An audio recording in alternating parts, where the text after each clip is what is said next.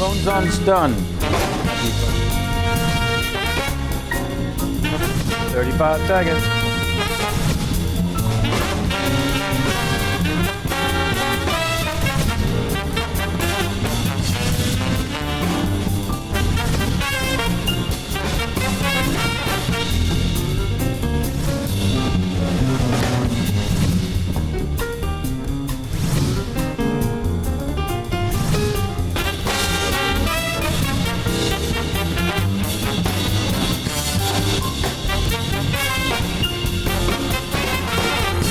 Hi, welcome back to Kevin Pollak's Chat Show. I am, of course, Chat Show. How the hell are you? Where have you been? Why haven't we heard from you? I'm going to read an email today from a wonderful fan of the show, Mr. N. Moore, or Miss McKella. Jamie, is McKella technically male or female as a name? McKella? I had a manager when I worked at Disney World who her name was Michaela, I think. Michaela. This might be Michaela. Michaela Grant. She was a female. All right, I'm going to take. Her name was Michaela. Maybe once I read the email, it'll be more clear. That's our very own Jamie Foxx. Sam Levine out today. A game day announcement, game time announcement. Took ill. Now, not known for his cast iron stomach to begin with. Well, he is Jewish. And then he's Jewish. You know, but I realized last night that we could have Jerry Ferrara fill in for him because they look very similar now that he lost a ton of weight. Now that Jerry is thin, well, he's been thin Jerry for quite a long time. Yes, he's been thin Jerry for a while. But most people know him as Turtle from Entourage when he was a bit larger. But now that he's at his fighting weight, he and Sam look very similar. Yeah. Doug Elling was there as well, the creator of the Entourage. I didn't point him out to you. We were at Bob Saget's 60th birthday party last night, and I want to tell you, if you were looking for comedians, that was the place. Definitely a comedy bomb. Yeah, it was fun, and also at the wonderful, beautiful home of Jeff Franklin, who created the family, the Full House. Anyone my age will recognize the name from a Jeff Franklin production. Yeah. And you were so happy when he handed us the card at the end of the night. And it had the font. And you said, that's the same font as the credits. I was like, oh, it's the Full House font. And he said, that's my lucky font. His lucky font. No, I texted J-Mac actually that when we sat down to have dinner, it was you and then me, and then Bill Burr to my left holding court to Tom Green, Harlan Williams, Joe DeRosa, Mike Binder, Mark Maron, and then you. And then me. It was crazy. Yeah. That was a little. But it was mostly Bill Burr like holding court. Bill Burr did in fact, one of our favorite guests, held court beautifully. And that's what he does. And then him and Maron going at it was pretty fun too. Yes. We're coming to you live as we have for the last year and a half, almost 2 years, from the West Side Comedy Theater here in the west side of Los Angeles. Dare I say it's in the Santa Monica Alley behind the 3rd Street Promenade. Next to the Croc store, as Corey likes to point out. The Croc store. You go through the Croc store. Bryce Whistle and Mike Patek. No. Patet. You have to get at least one of them wrong. That's my job. And we want to thank all the fine fellowship of owners for the auspices. But do check out our show again. We've said it so many times. We turned our pal on, Dana Carvey. Jamie takes full credit. It's true. Who now does a show here a couple times a month. We just saw his name on the marquee. He's here tonight. As we walked in. If you're getting this. It's actually, the lineup tonight's Andy Dick, then Dana Carvey, and then Neil Brennan. And then Neil Brennan has a regular show here on Sunday night. So great shows. Go to their calendar, westsidecomedy.com. No show next week as Sam Levine, if he recovers, and I will be off to participate in the annual fundraiser for the Children's Mercy Hospital of Kansas City, known as Big Slick, where, the list is annoying. Paul Rudd, Jason Sudeikis, Rob Riggle, Dave Koechner, Eric Stone Street, pull in a cornucopia of famous folk who fly in for the weekend. We raise about $1 million. Our guest today has a very important foundation helping children as well. We'll get into that in a moment. Write to us at kpcsfanmail@gmail.com. You heard me, you son of a bitch. kpcsfanmail@gmail.com. Coming to you live on the YouTube. How do you take us in? Will you write us and let us know? Do you take us in on the YouTube? Maybe just listen on Earwolf, the #1 comedy network on this here planet. So off next week, and then June 26th, we'll come back with the delightful Ileana Douglas, who has a new book called I Blame Dennis Hopper. And I want to tell you, these stories are ridiculous and fantastic, and she's going to read several live here on the show. I've got a fan mail letter, and then we'll get to our guest. Is it from some flounder? See? That's what you always say. Rocket J. Squirrel. Fan mail from some flounder. Dear Chat Show. People are catching on. Hello there. I'm an actor who commutes into New York City every day, and your podcast is an absolute dream. Whoa, stop. To listen to on the train, especially when my heart gets a little tender and my thoughts regarding my career try to betray me. Yes, that's what we're here for. Michaela, which we're now calling you. Thanks so much for being inspiring, entertaining, and so darn funny. Well, you stop. I've learned a ton about the business and creative process from you and your guests and recommend your podcast to everyone. Again, thank you. Now, when you say everyone, Michaela, can you write us again and let us know what the number is? We're trying to figure out exactly what our reach is. P.S. I fall for the buffering gag all the freaking time since I listened to the audio version. I always look at my phone to check to see if I've paused it accidentally. I don't know what you're talking about, the buffering gag, when I...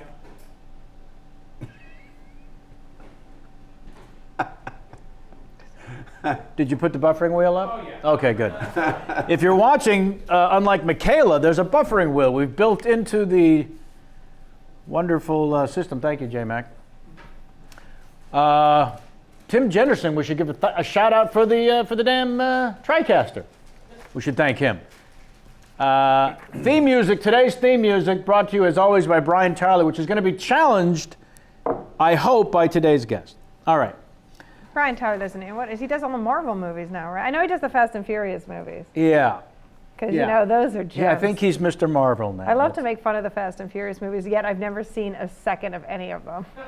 But I loved it. I have a feeling if you saw the first one, you might know what happens in the 7th one. Yeah. That's just a guess from someone who also hasn't seen one.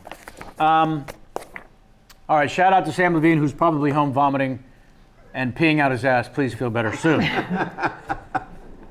All right, my guest today, it's a little ridiculous if I start to go down the credits, so I'm just going to ask that you spend 4 seconds on Google, and you too will be overwhelmed, which is where I found myself when I thought, what should the intro be? And the intro, I realized, should be, please welcome David Foster. Sir, first things first, Jamie needs to know every possible thing you can tell us about your involvement with the soundtrack for the motion picture St. Elmo's Fire. Now, I know that you get this all the time. One of my favorite movies. And I remember at the party that we saw you at recently, you asked very sweetly and sincerely to Jamie, an Uber fan of the movie, is the movie good? You genuinely wanted to know what people think of it at this point. Right. Yeah. Yeah. Well, as I travel, go to different places, and as time marches on, these things become kind of memories and not that real anymore. Right. You know? I mean, right. I still play the song, but I haven't seen the movie probably in 20 Why would you? years. Why would I? Yeah. Yeah.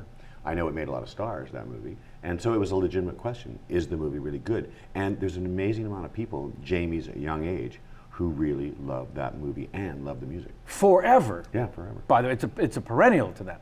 Yeah. It's an evergreen. Yeah, my second ex-wife is getting the royalties still. She's very happy about the whole damn thing? She's very happy about the movie. She loves the movie. She's a huge fan. Yeah. So let's get to where. How does a process like that begin? Who comes to you? The director? Yeah, St. Elmo's Fire was very interesting because I only scored 7 movies in my life. St. Elmo's Fire was the first one. Oh wow! And I thought it was like, wow, this is easy. Score a movie, have a hit instrumental, hit movie, and then I did 6 stiffs after that. So my career of scoring movies was only 7 movies. Yeah. 7 or 8. But I did a lot of songs for movies after that. It's an easier way to go. You did a lot of songs and had crazy success. I miss songs for movies. I have this discussion quite a bit. I miss titular songs from movies. And I miss just songs for movies. Like, they don't write songs for movies anymore. No, it's true. Was that a bigger thing in the 80s and 90s, the titular song? It kind of ended, like, my best friend Jackie and I were just having this discussion recently. It kind of ended like in the late '90s. I feel like around like Armageddon had a song. Don't Want to Miss a Thing. Woo, yeah, what a song. But that was like and like Titanic obviously and stuff. But that was like that's kind of was the end of it. Yeah. And what were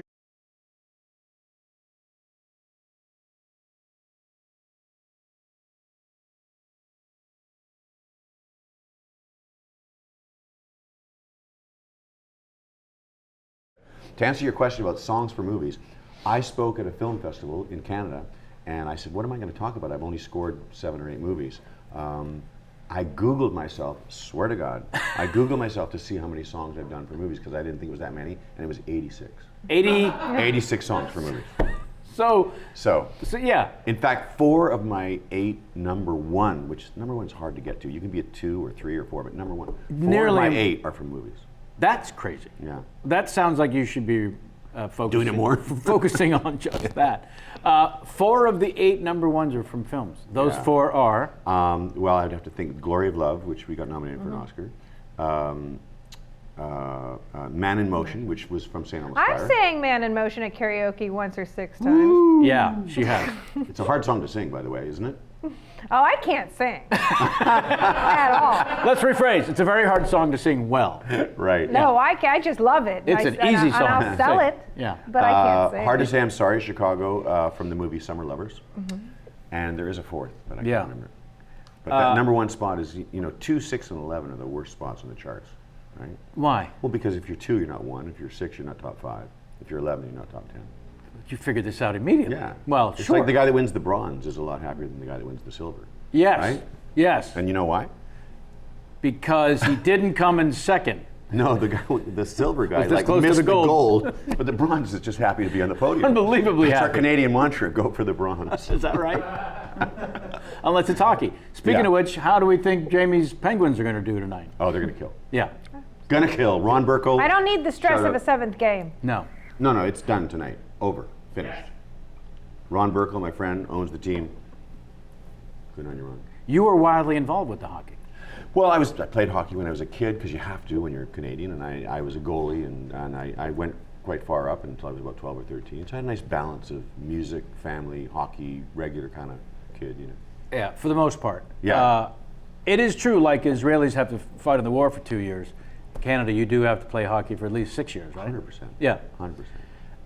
And you travel around to the Oilers or your?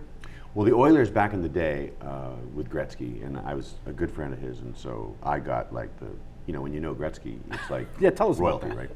So I sat on the bench during one of the Stanley Cup finals. Shut up. It was crazy. Come on, I how's was that even there when they legal? won the cup. I know, but Gretz Wow, yeah. was good. It's just in your bones, right? You can't get away from it. is. You'll love it till the end of time. And so I imagine you, when Gretzky came to town, did you slightly switch allegiance? I did. Yeah. Completely. 100%. Sure. Yeah. You're here. And then when he retired, I sort of stopped following it. Oh, wow.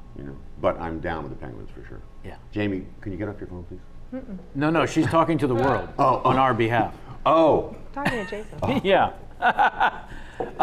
Do you hate when you're performing, doing comedy, or playing the piano, and there's I was at the Hollywood Bowl with Bocelli last week. Yeah, you were. And I was looking down, and there's somebody texting the whole time. Now, Do you hate that? does it ever cross your mind that person just took a picture of you and is texting for or writing for Instagram? What all you see is a person looking at their phone. Right. Yeah. Don't you see that when you're performing? Of course. And what do? I go crazy. Do you talk to them? Yes. Yes. I say, get up here, let's take a selfie together, and then you can continue writing. Nice. Okay. I feel like we haven't found our rhythm yet. Well, we're getting Have you noticed that? And I don't know if that's your fault or my fault. It's probably your fault because it's your show. This is one of the things that the research showed that you will end up directing this interview at some point. When we had lunch quite recently, which thank you again, I can't believe I allowed you to pick that up. You engaged us in a 5 questions, and I got the feeling, although this is not his closer at lunch, I have a feeling you take that with you during many lunches. because it was fantastic. It's just a great way to dig deeper on a person. I did it last night. Sorry to name drop, but I was out with Dr. Phil last night and his wife and his son. Did he travel, I have to ask, in the Ferrari or the Rolls Royce? I believe he's in a Mercedes. Oh, okay. And we were hanging out at a local spot and after the wedding, not my own. And For a change. And I did the 5 questions with some young people. His son's band, Right. Jordan McGraw, has a great band, and all the band musicians were at the table, and I did it with them. And the young response was really interesting. But still, you get to say Beatles or Stones, and they immediately Yes. go Beatles or Stones. So Jamie, these are the 5 questions. You ready? First question. Beatles or Stones? Turn on your mic. Beatles or Sorry. Stones? Oh, Beatles. Okay. CD album that you're going to take for the rest of your life. Desert Island CD. Only one, not a And mix. you got to knee-jerk it, because if you thought about it, you probably tomorrow you'd give me a different answer. Probably So- The Stranger, Billy Joel. The Stranger, Billy Joel. Nice call. That's good. Dead dinner date. Can't be a family member. Language is no barrier. Centuries are no barrier, but it's only dinner, so you can't sleep. Harold with Ramis. It's allowed.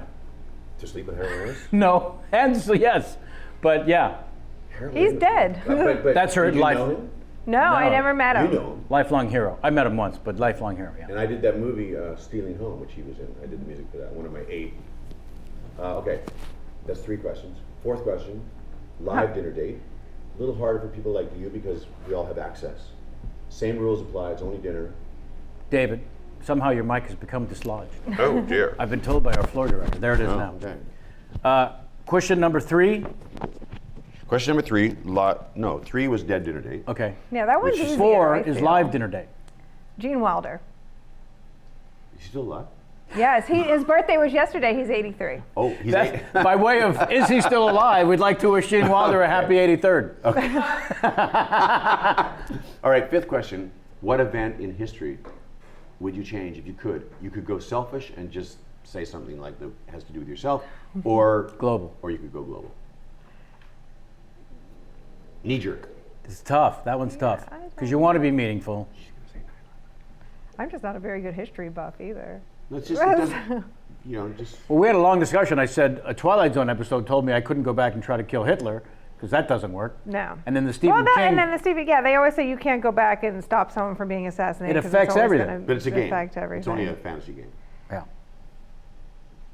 One moment We'll at a go time. Kennedy being shot. I'll Boom. change that. I don't know. Love it. Excellent. See? Answers. Old soul, know. by the way. That's why we're together. So now I know that she likes Billy Joel. I know that she likes the softer kind of music. She probably even likes some of my music. If she had said, Probably. Zeppelin. Did we not and- start with the St. Elmo's Fire? You don't understand that. I got David. it. You've affected people. Got it. In this case, I paid $1.29 for that theme to put it on my phone. I'll have you know. He'd rather you paid $15 for the album. I paid $1.29 $1.29 for the for the song. love theme from St. Elmo's Fire. Excellent. I wish I had a piano here. I'd play it. Yeah. See? Budget. Next time, J-Mac, note. Olivia, could we get a piano here from my studio Stat. and set up like before the hour and a half is over? He's actually not kidding. I'm not kidding. My studio is like 2 blocks away. Poor Olivier. Yeah, you could. What would it play through? We bring speakers. We'd have to mic them. What time Kenny, is it? we can do that. What time is it? Oh, we got time. Oh, it's, do you think? Yeah. We have an hour, right? Yeah. Oh yeah, we can do this. Is it going to make a difference? yes. What kind of a question was that? Well, he has had a job 3 years. Time? I know nothing about time. I know the question of will it make any difference? And I took that as, if he plays piano, will it make any difference? No, the time. Yes, of course. How much time we have left? Yeah, Yeah. let's do it. You'd have Maybe you to, could bring this motif, which is a smaller keyboard, right? That's not so heavy. the smaller, easier one, and Kenny, we have an extra mic from Sam. Would that be it? Would that be enough, you Okay. guys? Before we send We'll Olivia? try, right? Yeah. I think it'd be fun. We'll work on it while you guys do the interview. Now, selfishly, I'm going to go to my I Need a Story From, which is any story you have about working with Hall & Oates. Well, it was a great time for me because it was 1979, and I, as you well know, I'm not really a rocker. Daryl at the time, and I know you love the guys and know the guys. I don't know him, I just love him. Well, he's a rocker. I mean, he's edgier than what their music is. You know? Right. And I think John sort of kept him on the commercial line more. Daryl is a rocker, and so in 1979, it was like I was wearing the bell bottoms. He's saying, "Dude, you got to wear the stovepipe jeans, right? I mean, he was just always ahead of the curve. Wow. I thought bell bottoms were in '79, and they were, but he was like, he said, dude, you got to listen to this group called The Police. I mean, they're just amazing. I mean, he was so ahead of the curve. Wow. So he was a rocker, and I was not, and so I learned a lot from him about making that kind of music, which led me into producing Alice Cooper and the Tubes right after that. Thanks in part to Daryl Hall being so difficult but tough on me and saying, you've got to like, don't be so pussy with your music. You've got to like toughen up a little bit, you know? So that's crazy. And then strangely, after that, those 2 albums, I went off and did Alice Cooper and the Tubes. I got my rock and roll lessons from him. Yeah. They went off and did Kiss on My List and a bunch of R&B shit. So I must have rubbed off on him too. But didn't he love? Yeah, it seemed like he had that in his bones. He does. Yeah. He does. But the R&B. Yeah. So I think we rubbed off on each other in a good way. Which one has the garage? It's Daryl. Daryl. No, Yeah. John. You mean the driver, the cars? No, those he has. Oh, Daryl's house. Yeah. Yeah. It's good. The Tubes, being from San Francisco, I have to ask about the Tubes because while I was in San Francisco in the late 70s, as you mentioned, they were as explosive as a local group as Huey Lewis became later. Yeah. Just wildly explosive. Yeah. They never hit their stride per se, but again, there was another group that was White so Punks heavy. on Dope made it to the top 100, maybe. Made the top 10, but they only had one top 10 hit, and what was it? A song that Steve Lukather and I in Fee Wayville wrote called "She's a Beauty." Yes. Which was their only top 10 hit. That's crazy. Yeah, and they resisted the hell out of that song. I mean, It felt too commercial to them? Yes, felt too commercial. Why would you want success? Exactly. Yeah. So that was a tough grind to get them to do that song. They didn't particularly. Some of them did not love working with me at all because I was too straight, and but I was determined to get them a hit. Right. Because that's what they needed. Right. I thought. Yeah. So Fee and Steve Lukather from Toto and I wrote that song. Prairie Prince, the drummer, was great. Mike Cotton, the programmer, went on to do great things with Michael Jackson. Like really elevated his career after that. Right. A couple of them fell by the wayside, but Fee's still out there touring, singing. Yeah. They're still together. Still together. Are you in touch with Alice still? Alice Cooper? Yeah. Mainly because I do the Muhammad Ali, God rest his soul, that event every year in Phoenix, and Alice usually shows up. It's a golf thing? It's a big gala, yeah, but he's a big golfer. He gets up and we do a couple of songs on stage. And, oh, that's great. No, the thing about Alice that I loved, and had you asked me this question, who's my favorite person to ever work with, the answer is Alice Cooper. And the reason is because he would wake up in the morning, he would have breakfast with his kids and his wife. He would kiss his wife goodbye, he'd drive the kids to school, he'd go play a round of golf, he'd come to the studio, work really hard on his vocals with me, and then he'd go do an arena show that night and chop chickens' heads off. It was just like so dichotomous. Yes. Great family man that acted crazy on stage. I am going to surprise you, I hope. He's here. Read question B. You've said that working on Alice Cooper's from the inside was most fun I ever had making. Yeah, exactly. So there you go. You had the answer. I had the research to back up the statement that you've just made. Yeah. And so early, too, and so formative must have been this, working with Alice on that in terms of...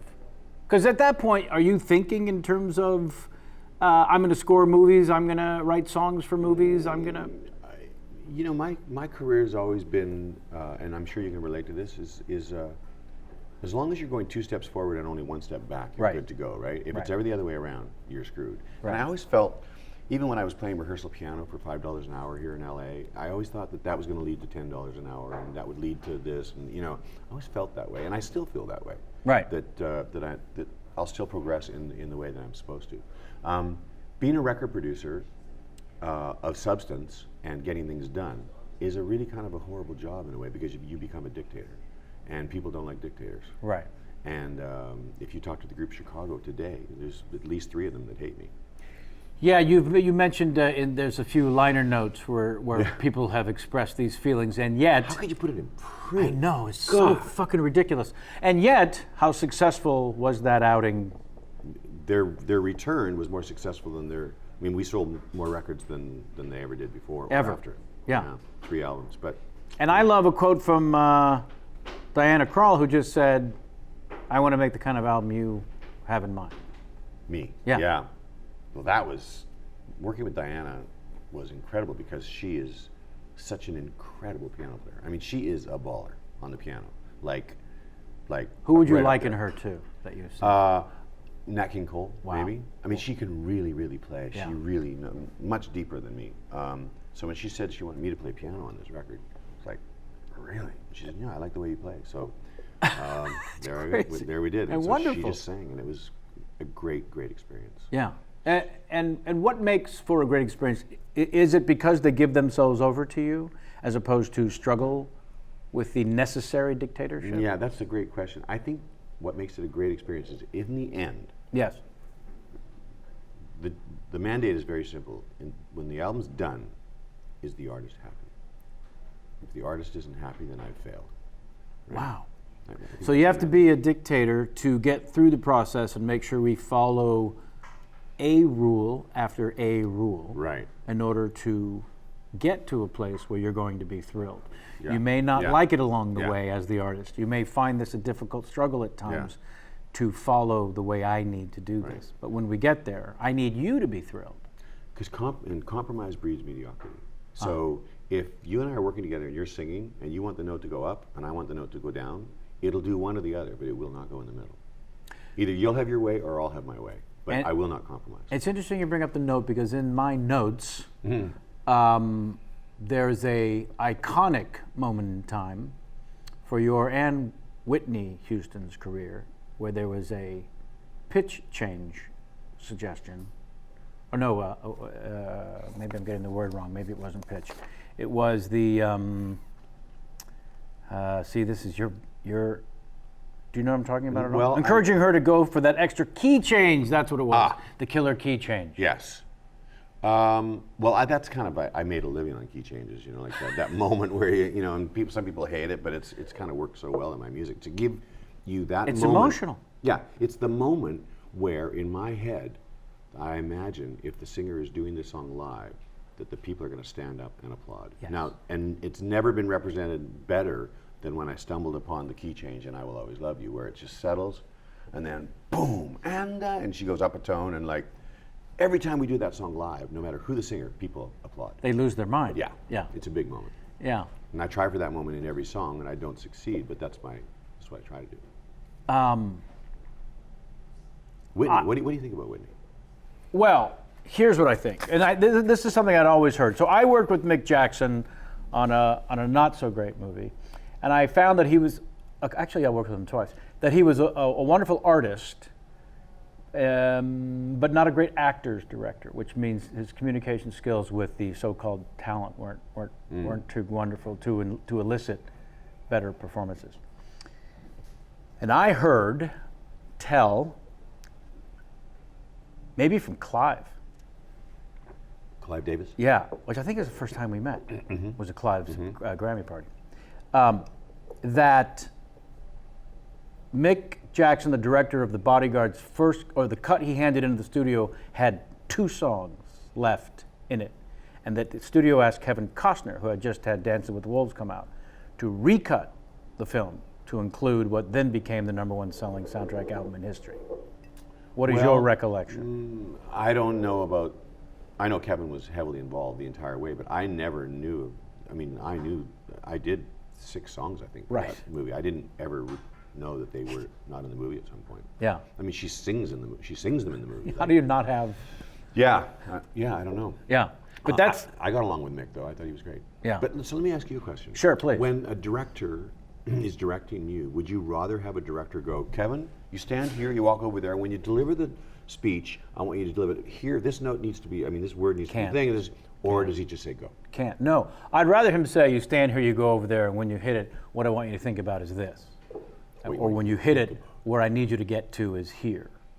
But for actors, the term is line reading, and we break out in hives if we get a line reading, because what you're doing is you're taking away all of my creativity by explaining how exactly it should be done. The famous Jack Nicholson speech in A Few Good Men, where he's on the stand and he gives. You were in that movie, by the way. Kevin Pollak was in that movie? Well, what I was witness was in the rehearsal process, Rob Reiner, because he was an actor, he gets caught up in his description of how the moment should be. And when he's getting caught up, he'll start doing the dialogue. Right. Not meaning to give the actors line readings, but he's showing them what he has in mind by actually acting it out. So the first couple of days of rehearsal was Tom Cruise, Demi Moore, and I as the legal team, and he started giving line readings, and you get used to it at some point in rehearsal because he's just expressing what he imagines, as opposed to do it this way. That's what we can't stand. Nicholson comes in after several days of rehearsal to begin his part, and he does that soliloquy on the stand for the very first time. And he finishes, and it's the first time he's done it with anyone present. And Rob says, that's great, that's wonderful, it's terrific. When you get to the thing, and you say the thing, and then Rob starts in again with acting out the scene. And he finishes a very long, his version of the soliloquy, and Jack just basically smiles, looks up at him and says, "Fuck off." "Well, I guess I'm not there yet."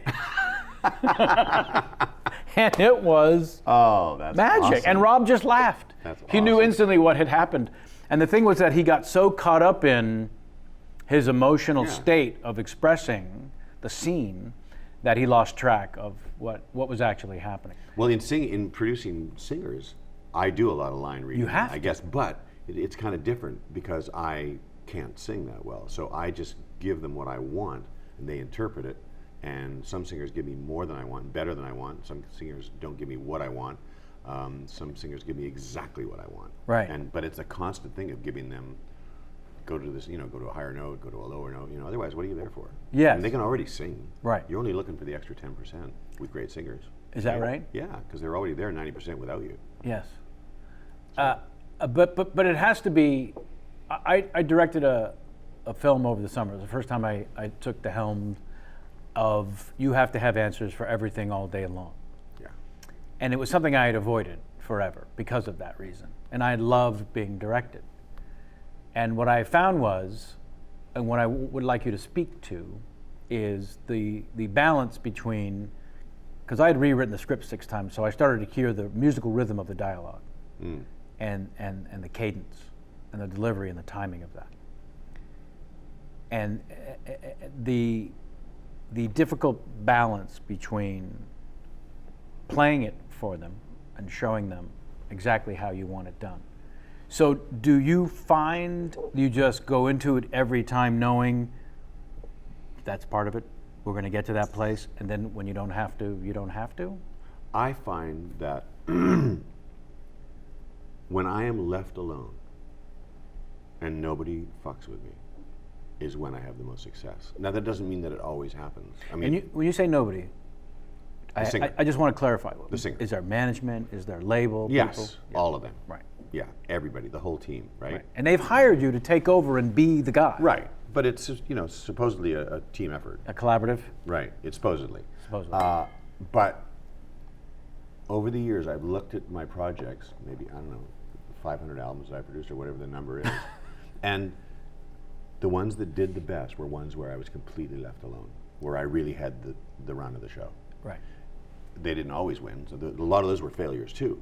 But my success rate was much greater, the percentage, when I was left alone to my own devices. Yes. So that's kind of a control freak thing, and, that is a dictatorship. But I felt, because I interviewed a number of directors on the show, and I kept grilling them in terms of the process. And the same thing came true, which is everyone's going to come to you for an answer all day long. And you may look at the 2 wardrobe choices and know that the costume designer has way more expertise in this department. Right. But you have to have an opinion Yeah, about everything. about everything. It's a little narrower in music, I guess, than making a film. There's not as many decisions to make. But Right, but you have a story to tell with every song. Yeah. And isn't that what those emotions and those beats are about? Yeah. I mean, I without naming names, I did an album once where I was completely left to my own devices, and the album was hugely successful. The artist was not involved because she wasn't available, only for 6 days to sing. The next album we did, she started to look under the hood. 4 months of, album was a stiff. Album was stiff. Yeah. I begged. I said, please, let's just do a repeat performance. Trust me. Just trust me. Right. You must have to say, But trust she, me, Yeah, she. He, she. It's like that one really worked, but this time with my involvement, it's really going to work. Oh man. And it's just it didn't work. Yeah. I don't think people are aware, they can't be, of the process. Sometimes I'll be talking to somebody about a movie and I'll say night shoot, and they say, what do you mean? You say, well, every exterior scene in a film that takes place at night, we shot from 6 p.m. till 6 a.m. Every time, all within right. a few exceptions. And there's just that stuff, the man behind the curtain stuff, that people have no idea. So when they look at an amazing album and they only think about the artist. Right. Yeah. As they should. They shouldn't think about me. And they hear, there's an engineer. The engineer is amazing that worked on this. They don't think about that. No, nor should they. Right? Right. Yeah. No. But you prefer to be directed than directed. I love being directed, but I also love collaborating. Yeah. So if we can find that happy medium, where we can, where I need a leader, I need an absolute leader on board. There can only be one captain. For sure. Of the ship. For sure. Is that a common theme with the people that sit in this chair? Captains of industry? Yeah, no, the director, the leaders of our industry, is that a common theme? There can only be one captain? Just you and Elon Musk. Yes, of course. Yeah. I think it's true. And I think the actors and actresses and comedians and musicians that have sat here feel the need to have their voice heard, but also want to be directed. Yeah, and the point is, I've won 16 Grammys. I know I'm good. Yeah. I know I've got a lot more to do. I'm not going to accomplish everything I want to in my life. I've failed way more times than I've... You love to point out your failing. Oh, if you've got to be able to fail big, that way you can win big, right? I told Celine Dion that if she did the Titanic song, it would ruin her career. Can you imagine saying anything so stupid? I'm sorry, I'm going to need you to repeat that. I told... Jamie, I told... First of all, walk me through the conversation, because when I heard that as just a headline that you just gave us, I wanted to know more. Right. So she calls up and says... Well, just back up a little bit. Yeah, how does the conversation... We had a lot of success together. I went and saw her in Quebec. I encouraged her to come to Los Angeles. We made the first album, her first English album in Los Angeles. We had a lot of hits. We had together The Power of Love, Because You Love Me, The Prayer, The Prayer, All by Myself. We were on a run that was like ridiculous, right? So along comes this song, and I just hated it. I just didn't like it. She played it for you. Maybe her husband Renee played it for me, right? And said, this is the song we want to do. And I said, man, that song's going to take her. That's going to ruin her career. It's going to be over. And in fact, the song came out. I didn't produce it. My friend Walter A. produced it. He did a great job, and Umberto Catica, both of them. The song came out and it stiffed. Then the movie recharged and they re-released the song, and of course it was the smash of all smashes. So I was right for a second, but I was really wrong. Upon first listening, this song is a stiff. Oh, we played that song in concert band when I was in high school. You played it? We played it. In concert band? Yeah, there's marching band, and then whenever there was no football games on, we had concert band where we would That's the only thing I can imagine worse about that song, the marching band playing it. No, it wasn't a marching band, it was concert band. Oh, I see. Well, same thing. But the fun, it was a medley of songs from Titanic, but the fun part was I played all the percussion instruments that required me to read notes. So I got to play the xylophone and stuff. Right. Yeah. So I got to play the chimes, and I love playing the chimes. So that piece required a lot of chimes. Yeah. Huge. Look, it's just taste. I still don't like the song, but I couldn't have been more wrong. But if you go wrong big, then you can go right big too. So when I told Whitney that you got to do that key change and I Will Always Love You, that was a big contested moment that I won. And it was contested. Yeah, well, because she said it was too high, I can't do it. I said, you can do it. When I told Josh Groban that he could sing The Prayer on the Oscars, he said, it's too high, I can't do it. He said, I'm a baritone. I said, no, tonight you're going to be a tenor. You're 17 years old. This is your big, big, big, big moment. I'm sorry. He's 17, and you create an opportunity for him to sing on the Oscars, and he says not a good idea. Well, no. He thought it was a great idea, but the song was too high for him. Right. But I wasn't going to get Celine to lower her key. I didn't want her to sound bad. No. I wanted him to step up. Yeah. Are we following a pattern here? No. Yes, but thankfully. Yeah. But I do want to talk about you, because you mentioned Celine and Josh, about the discovery aspect of what you do for a living. Because the research even suggests that you discovered Michael Bublé. I did. I mean, discovery is a funny word because someone already has talent. Exactly. They've already got an incredible gift. And they're already working. You're already working, and then you show them a world platform that they had no access to. That's how I would describe. Take two. Somebody has talent, somebody's working, and then I come along and show them a world platform that they now have access to. Thank you very much. Yes. Well, in the case of Michael, I saw him at a wedding. He was a wedding singer. Stop it. Yeah, I know. Let's just take that in for a moment. Michael Bublé is a wedding singer. But in fairness, it's at my friend, the Prime Minister Brian Mulroney's of Canada's daughter's wedding. Not just anyone's wedding. And to Brian Mulroney's to great credit, he said, "Wait till you see this guy that's singing. I saw him once before. He's amazing." I'm thinking, I'm at a wedding. I just want to relax, okay? Wait till So the Prime Minister is pitching you. Yes. I love this man. Love his family. He grabs me by the arm and he takes me up to the front of where the wedding is. It's maybe 200 people. God. Like strong, right? Brian's a big guy. And he says, "Watch this guy." And so I was like, "Oh, God, this is the last thing I want to do." And this guy walks out on the stage. When the shark, and I went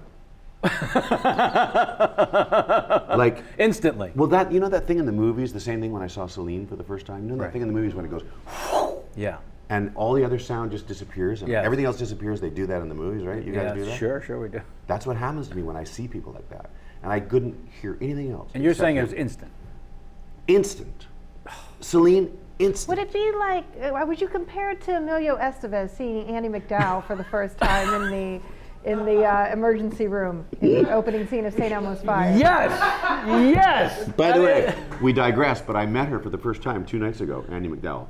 What? And I said something like, "Hey, it's nice to meet you. We have kind of a connection. I did the music for St. Elmo's Fire." And she went, that was that.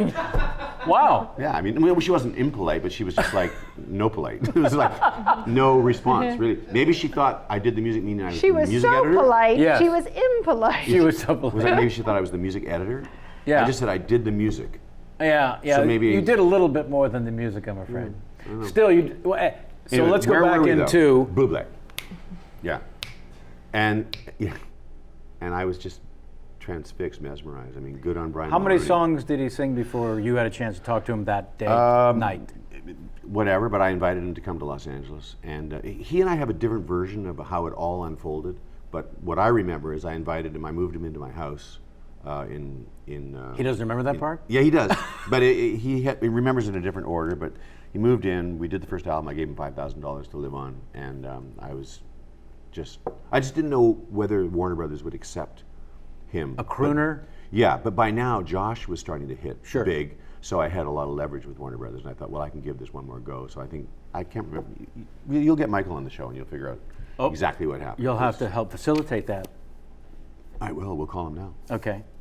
We'll call him now. I would like to call him now. Yeah. And I would like him to bring a check for $5,000. To pay me back. Yes. I'd like to get that back. I'd like to get that back in your hand. Your intern has his feet up again. So we have a portion on the show called Famous Questions, whereby I don't look through history to find famous questions. I find famous people that know the guest and have them write a question specifically for you. So these two people, their question was in a form of having you remember a moment in time that you share, so it wasn't actually a question.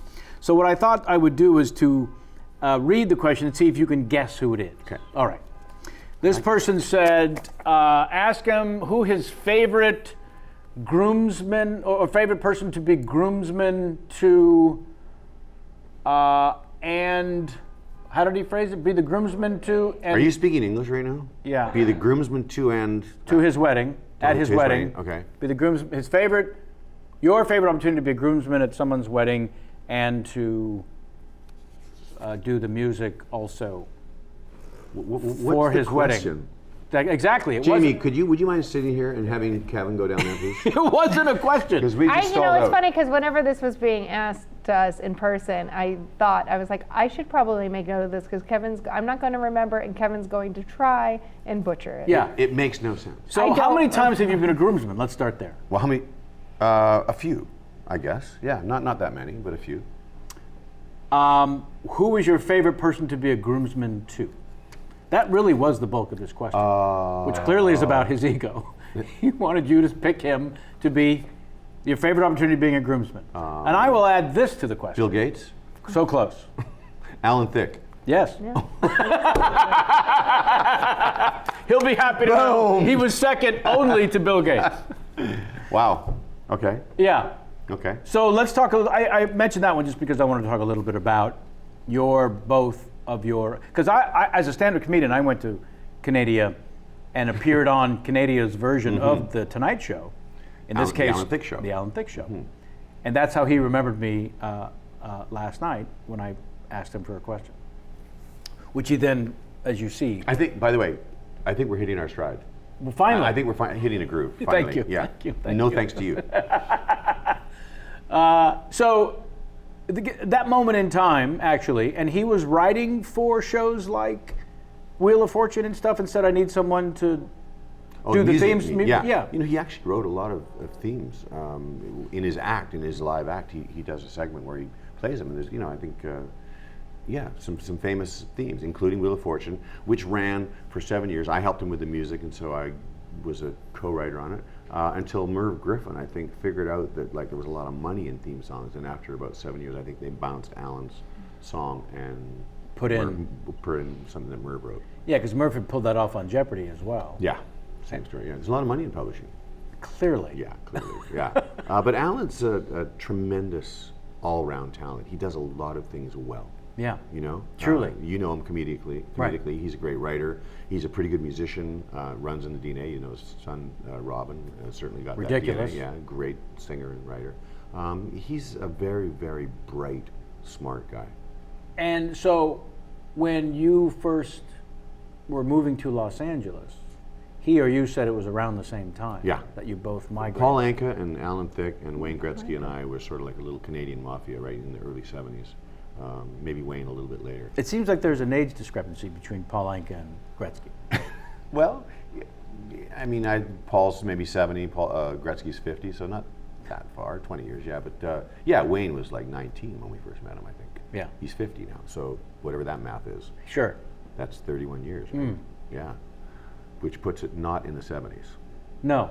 Your like mid-80s. Yeah. Your first trip from having a big hit in Canada first came down. There's a wonderful story about the trip to Capitol Records. Yeah. And the van. Everything's in the van. Yeah. And I mean, only in Hollywood, right? We get a contract thanks to my then wife, BJ, who had connections in LA, and we were a band called Skylark. We were a one-hit wonder. We drive down to California. We park at the Carlton Lodge on Highland Street with the Volkswagen van that has every single thing that her and I in our life own. Instruments, clothing, suitcases, records, stereo, guitars, the whole thing, right? We leave the van, we go to have lunch at Capitol Records, our new contract, come back, everything's gone. Van's gone. Well, the van's there. They didn't take the van, but everything in the van. That's weird. They could have just driven in broad everything away. daylight. Noon. And you thought we're not in Canada anymore. We're not in Canada anymore. No, it was a wake-up call. We sat on the bed and cried, and Wildflower, was that the yeah, exactly. song? Let her cry, for she's a lady. Yeah. Great song. Huge song. Huge hit. Yeah. Huge hit, and then, we did what all one-hit wonders do. We broke up. What did you think of Tom Hanks's pass at the One Hit Wonders in the film? I thought it was great. The five somethings or the stair steps? Or well, no. the Wonders, or the Oneaters, as people misread the Wonders. the Oneaters. The Oneaters. What was the movie called? That Thing You Do.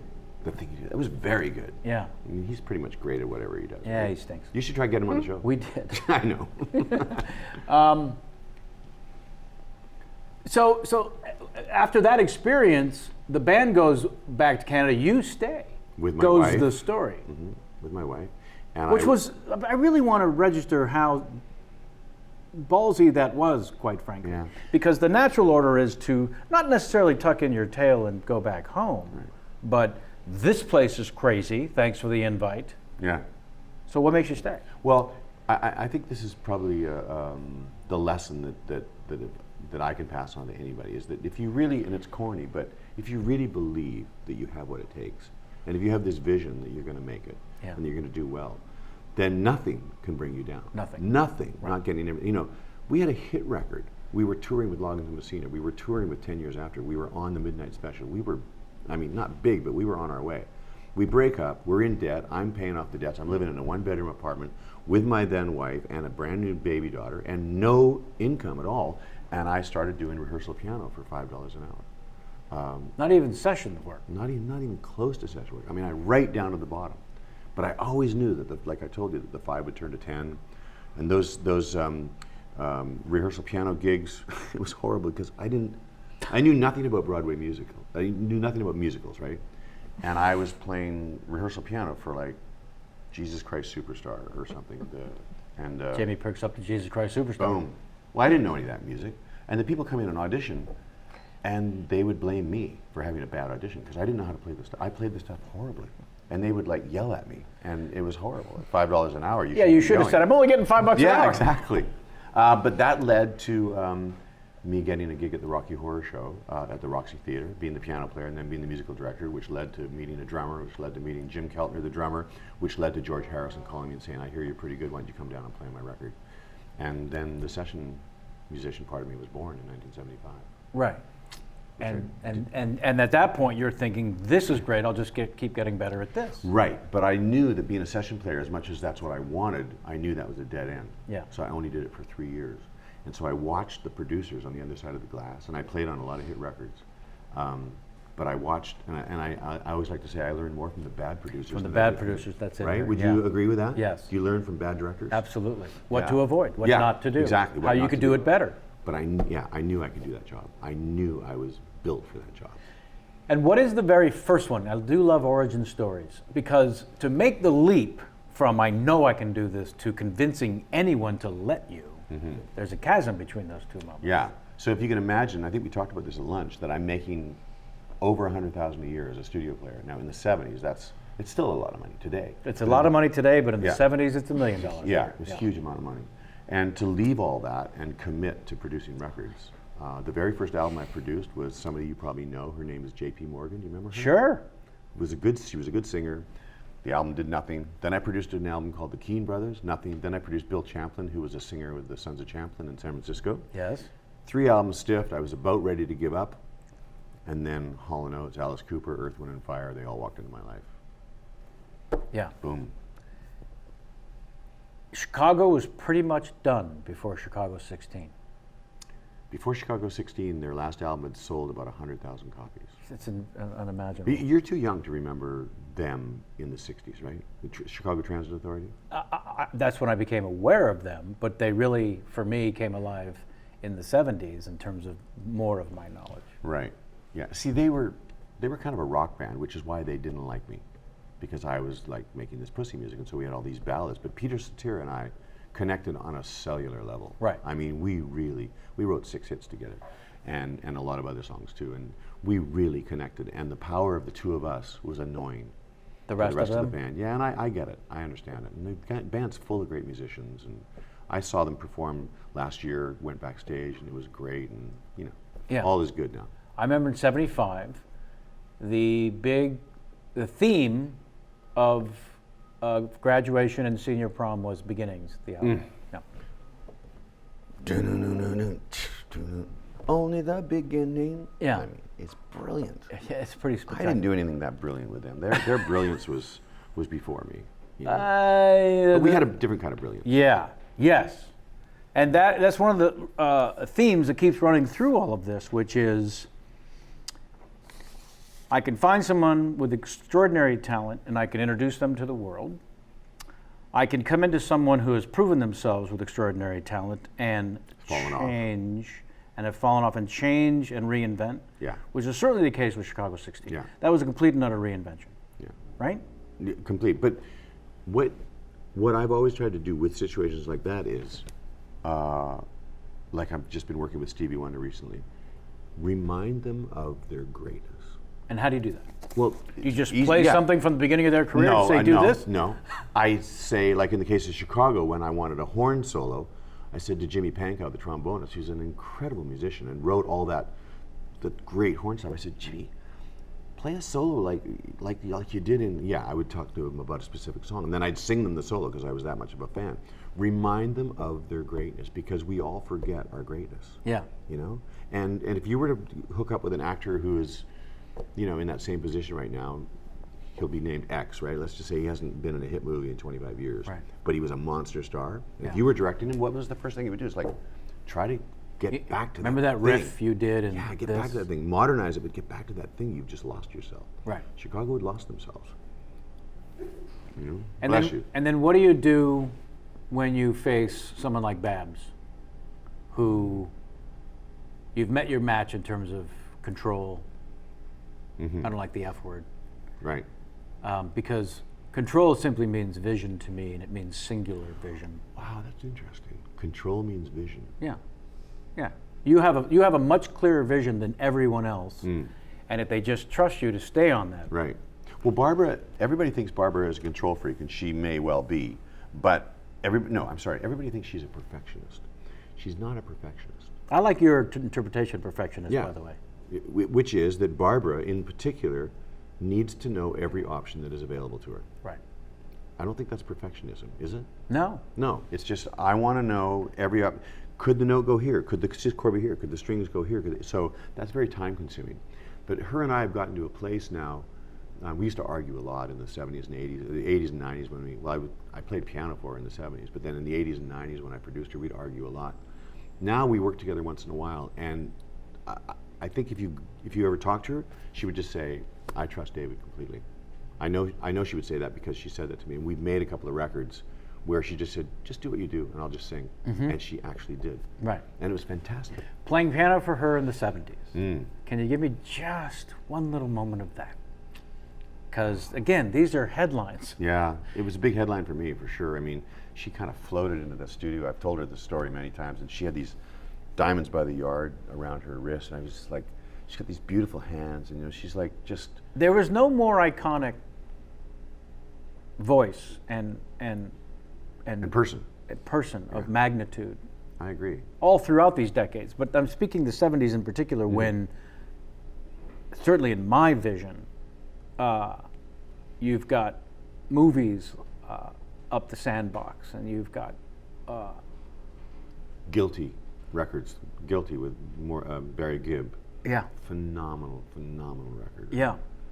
So you're playing piano with her in the studio, or yeah, in the elsewhere? studio, and quickly the story is that it was a full session with orchestra and that. The arrangement's going down. The poor guy Rupert Holmes was producing, and Barbra just didn't like the arrangement, and it was like, let's take a break, lunch. Like, I just don't like the arrangement. She wasn't being a diva. She just said, I don't like it. Yeah. It's too heavy. It's too big. It's whatever. Everybody goes to lunch, and I sit and stay, and I play the song the way I think it should be. Right? Well, everyone's at lunch. Well, everyone's at lunch, but she's not in lunch. She's in the booth. You don't know that. I do know that. No, it's all calculated, completely calculated. Fantastic. Which I'm admitting for the first time today on your show. Finally! I told you, Kenny, I would beat that out of him. So she's in the control room, and I'm just hoping that the mic is on, right? And I'm just playing the song the way, because she really was right. It was overpowering, the arrangement, right? Yeah. And just like out of the movies, I swear to God, as God is my witness, she walks out of the control room, she walks into the studio, everybody's gone, all empty music stands like this, and she goes, hey kid, what is that you're doing? Just like that, just like out of the movies. And I said, well, it's just, I thought maybe the song could just be piano and vocal, like, you and I. And this actually, the song was called You and I. Just the two of us, and then maybe the orchestra, the arrangement's not bad, the second half, but the first half's just too heavy, so maybe they could just sneak in on the second half, and then you'd have what you want. She went, I like it, we're doing it like that. And so it was her and I for the first half of the song. It was fantastic. David. It was fantastic. Had you made a move like that prior? I'm sure. With that level of I'm sure I have. Yeah, I mean, No, prior to yeah, I mean, as a studio musician, the bad producers would always look to me or somebody like me to take over, to come up with the intro, to direct the band. And I was kind of producing before I was producing, right. I think, Yeah. But that was a great moment. Hey, kid, what's that you're playing? Isn't that awesome? Yes. Yeah, what's that? Marty, get in here. Marty, that's the way we should do it, like that. It wasn't rocket science. It was just me playing piano. Yeah. It wasn't, it worked. She was still with Marty, if he's with us. Yes, she's still with Marty. Yeah, I opened up for her once. Arguably the worst, because I was out of San Francisco and Bill Graham was to San Francisco as anyone could be, the Pope of everything. Right. So I opened up for a lot of people in his venues. Pat Benatar on her first tour, to Rick Danko, to Manhattan Transfer, to Bette Midler, blah, blah, blah. So the grand opening, you probably were there. No. Of Planet Hollywood. In Vegas? Yes. No, I remember her at the MGM. So this must have been in the 80s or 90s. No, the grand opening of the Planet Hollywood would be in the 2000s. Yeah, okay, right. This was like 8 years ago. Oh, okay. When I opened up. No. Planet Hollywood, it was a thing whenever in like the mid 90s. No. In Vegas, when I opened up for Barbra Streisand. Oh, the casino. Yes. Yes. I thought you meant like the restaurant. Yes. So what year do you suppose that was? The casino? The casino, grand opening. It's like 8 years ago, right? Yes, that sounds about right. A who's who there, and Barbara came out of retirement for maybe the fourth or fifth time. Was it an actual gig or a charity? It was an actual gig. And you got the And opening. Marty reached out to my agent and said, I've heard things about this guy and we're picking him to open up, personally picked. Couldn't have been more exciting. Still held on to the ticket with my last name misspelled. It's framed. Oh, A-C-K? Yep. Don't. Well, that's a natural mistake. Of course it is, and it's been accepted. It should be. You should just change it to that, by the way, but anyway. It's a family thing. So I basically bomb. How's that possible? Exactly. So how's that possible for a man of your Jon funniness? Stewart bombed the night before. Yeah, Jon Stewart was telling us. It just was a tough. Well, that I get. Yeah. No, but if the audience didn't pay to see you, right? That's the number one thing. Did you say that when you came out? That might have ingratiated you a little bit. Oh, no. No? The problem was, they prided themselves on the longest red carpet in history, and it went all the way out to the sidewalk, through the casino floor and into the show. So nobody was in there. And on the giant screen behind the stage, they were televising to the theater all the stars on the red carpet coming in. And then that ends, and then they introduced me and I come on. Unfortunately, all the celebrities from the red carpet had not made their way to their seats yet. Mm-hmm. So they're still entering the theater. Talking and schmoozing. And as they're entering, they have them enter in front of the stage and then walk up the main aisle, stealing all the focus off of me. In fact, I still tease to this day that Kevin Spacey walked in and looked at me like this and put out his arms. He did. And walked down the aisle to his seat while the audience applauded him during my set. So I bombed because no one was paying attention. It was just that simple. Wow. Wow. But I'm bombing, opening up for Yeah. Well, she probably didn't know you were there. A lifelong hero. To this day doesn't know you were there. Exactly. Right. We passed each other because they really did want to bring her on right as I was walking off, which was not good for her. And Marty gave me a bit of a look. He didn't say what the fuck was that, but he gave me a bit of a look that burned through me. Mm-hmm. And she smiled very, very nicely and walked out and sang. And she was supposed, I remember because it was a big, big deal. She made X, it seems gauche to say, for 40 minutes. Mm. And everyone was making a big deal out of it. She did 35 and was done. Because the crowd just wasn't great, not even for her. Interesting. It was just bizarre. One of those bizarre things. Mm. What was your best joke that night that should have gone over? I don't think I had one. I don't think I had one. Really? Wow. Yeah. Well, I've seen just recently, I'm sure he's a friend of yours, and he's a friend of mine, David Spade. Mm-hmm. I watched him the other night at somebody's backyard, Jordan Kaplan, who had The Who in the backyard, and Eddie Vedder from, it was a big, big night, 500 people. And these people did not want to hear David Spade. No, but I swear to God, he won them. It took him 30 minutes, but he got them. Right. And it started out with everybody was talking. Nobody was paying attention. This is the thing. He kept working and working and working, and he finally got everybody. Yeah. You apparently don't have that talent. Well, I didn't have 30 minutes. Oh. I only had 20 minutes. You got to have 30 to get Yeah. them. So are you watching and paying attention during the first 30 for David? 100%, because I'm feeling for him. How are you feeling around minute 17? I'm feeling like this is not going to happen. He's never going to get them. And then something clicked. Right. And I don't know in your world what that would. There's probably a word for it. In the well, you need world. the right person in the room that everyone acknowledges. That person needs to laugh and pay attention. Yeah. And then everyone comes around. Yeah. He worked so hard that night. But it was amazing to watch.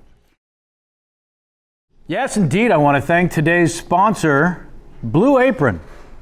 I don't know how familiar you are, how many podcasts you listen to. They are incredibly supportive of the podcast world, and we are all extremely grateful for that support. But also, if you're a fan of this show and you want to be supportive, do yourself a solid and listen up to what Blue Apron is all about.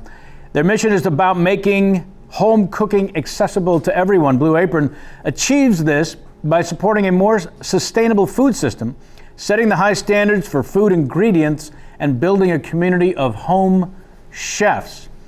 They've established a partnership with over 150 local farms, fisheries, and ranchers across the U.S.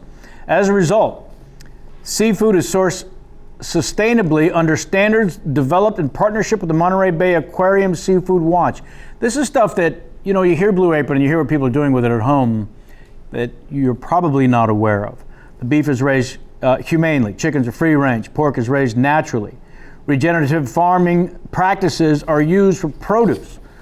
Blue Apron also can be delivered 99% of the U.S. It's truly a bit of a no-brainer. Everyone we've talked to so far that's used it keeps saying the same thing over and over again, how it is changing the daily process of preparing meals and enjoying them. Because Blue Apron ships to the exact amount of each ingredient required for any given recipe, they are reducing food waste as well. All of this is part of their process and part of their mandate, and why we are in support of them while they're helping to support this show. Meals available in June. Spicy Korean rice cakes with snow peas and pea shoots. I'm not afraid to go down the list for you, folks. Sweet chili ponzu catfish with green beans, coconut ginger rice, New England style salmon rolls with roasted potatoes and chives. Doesn't it just, I'm starving. I'm going to stop reading the end. Blue Apron knows that when you cook with incredible ingredients, you make incredible meals, so they set the highest quality standards for their community of artisanal? Somebody? Anybody? Artisanal. Suppliers, family-run farms, fisheries, and ranchers, as I mentioned. Whether it's Japanese ramen noodles, wild-caught Alaskan salmon, or heirloom tomatoes, Blue Apron is bringing you the best for less than $10 per meal. Also something a lot of you may not know yet. Blue Apron delivers seasonal recipes along with pre-portioned ingredients to make delicious home-cooked meals, and it's certainly worth trying now. I want to call to action to our fans. Check out this week's menu and get your first 2 meals free with free shipping by going to blueapron.com/chat, C-H-A-T, blueapron.com/chat. You will love how good it feels and tastes to create incredible home-cooked meals with Blue Apron, so don't wait. That's blueapron.com/chat. A better way to cook, Blue Apron. I want to thank them for their sponsorship. Wait, there's more. I can actually pay my crew this week. Today's show also sponsored by Casper. Casper mattresses. I'm just going to say it. It's a better way to do a mattress. Casper is a sleep brand that created one of the truly perfect mattress sold directly to consumers, eliminating that annoying process of going and lying on a bed and trying to figure out in a showroom what the hell's right for you. No longer necessary. It's an award-winning sleep surface that was developed in-house, has a sleek design, and is delivered in small, how do they do that, sized box. In addition to the mattress, Casper also offers an adaptive pillow and soft, breathable sheets. In-house team of engineers spent thousands of hours developing the Casper. It combines that springy, wonderful latex with supportive memory foams for a sleep surface that's just got the right sink and just the right bounce. Plus, its breathable design sleeps cool to help you regulate your temperature through the night. This is a problem for me. I don't know about for you, but the cooling process throughout the evening wakes me on far too many nights. With the greatest air conditioning available in my particular home, it still doesn't do it.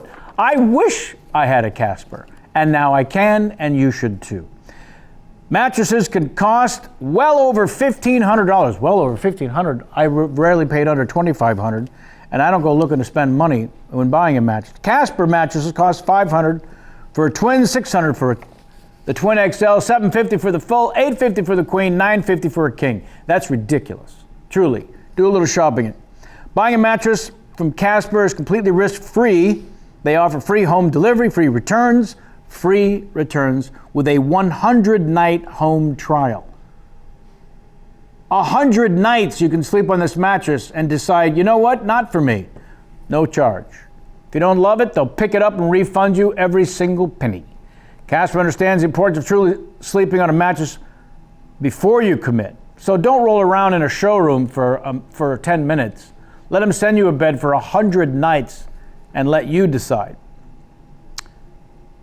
An obsessively engineered mattress at a shockingly fair price. Combines the springy latex, as I mentioned, the supportive I'm slightly dyslexic. Memory foam to create an award-winning sleep surface. Time magazine named one of the best inventions of 2015. In fact, it's now the most awarded mattress of the decade. Try Casper 100 nights risk-free in your home. Here's how you do it. And support this show. $50 towards any mattress purchased by visiting Casper.com/Kevin, Kevin, Casper.com. Offer code Kevin. Terms and conditions apply, of course. This is pretty spectacular, and I encourage you to please do yourself a favor and go to Casper.com/Kevin.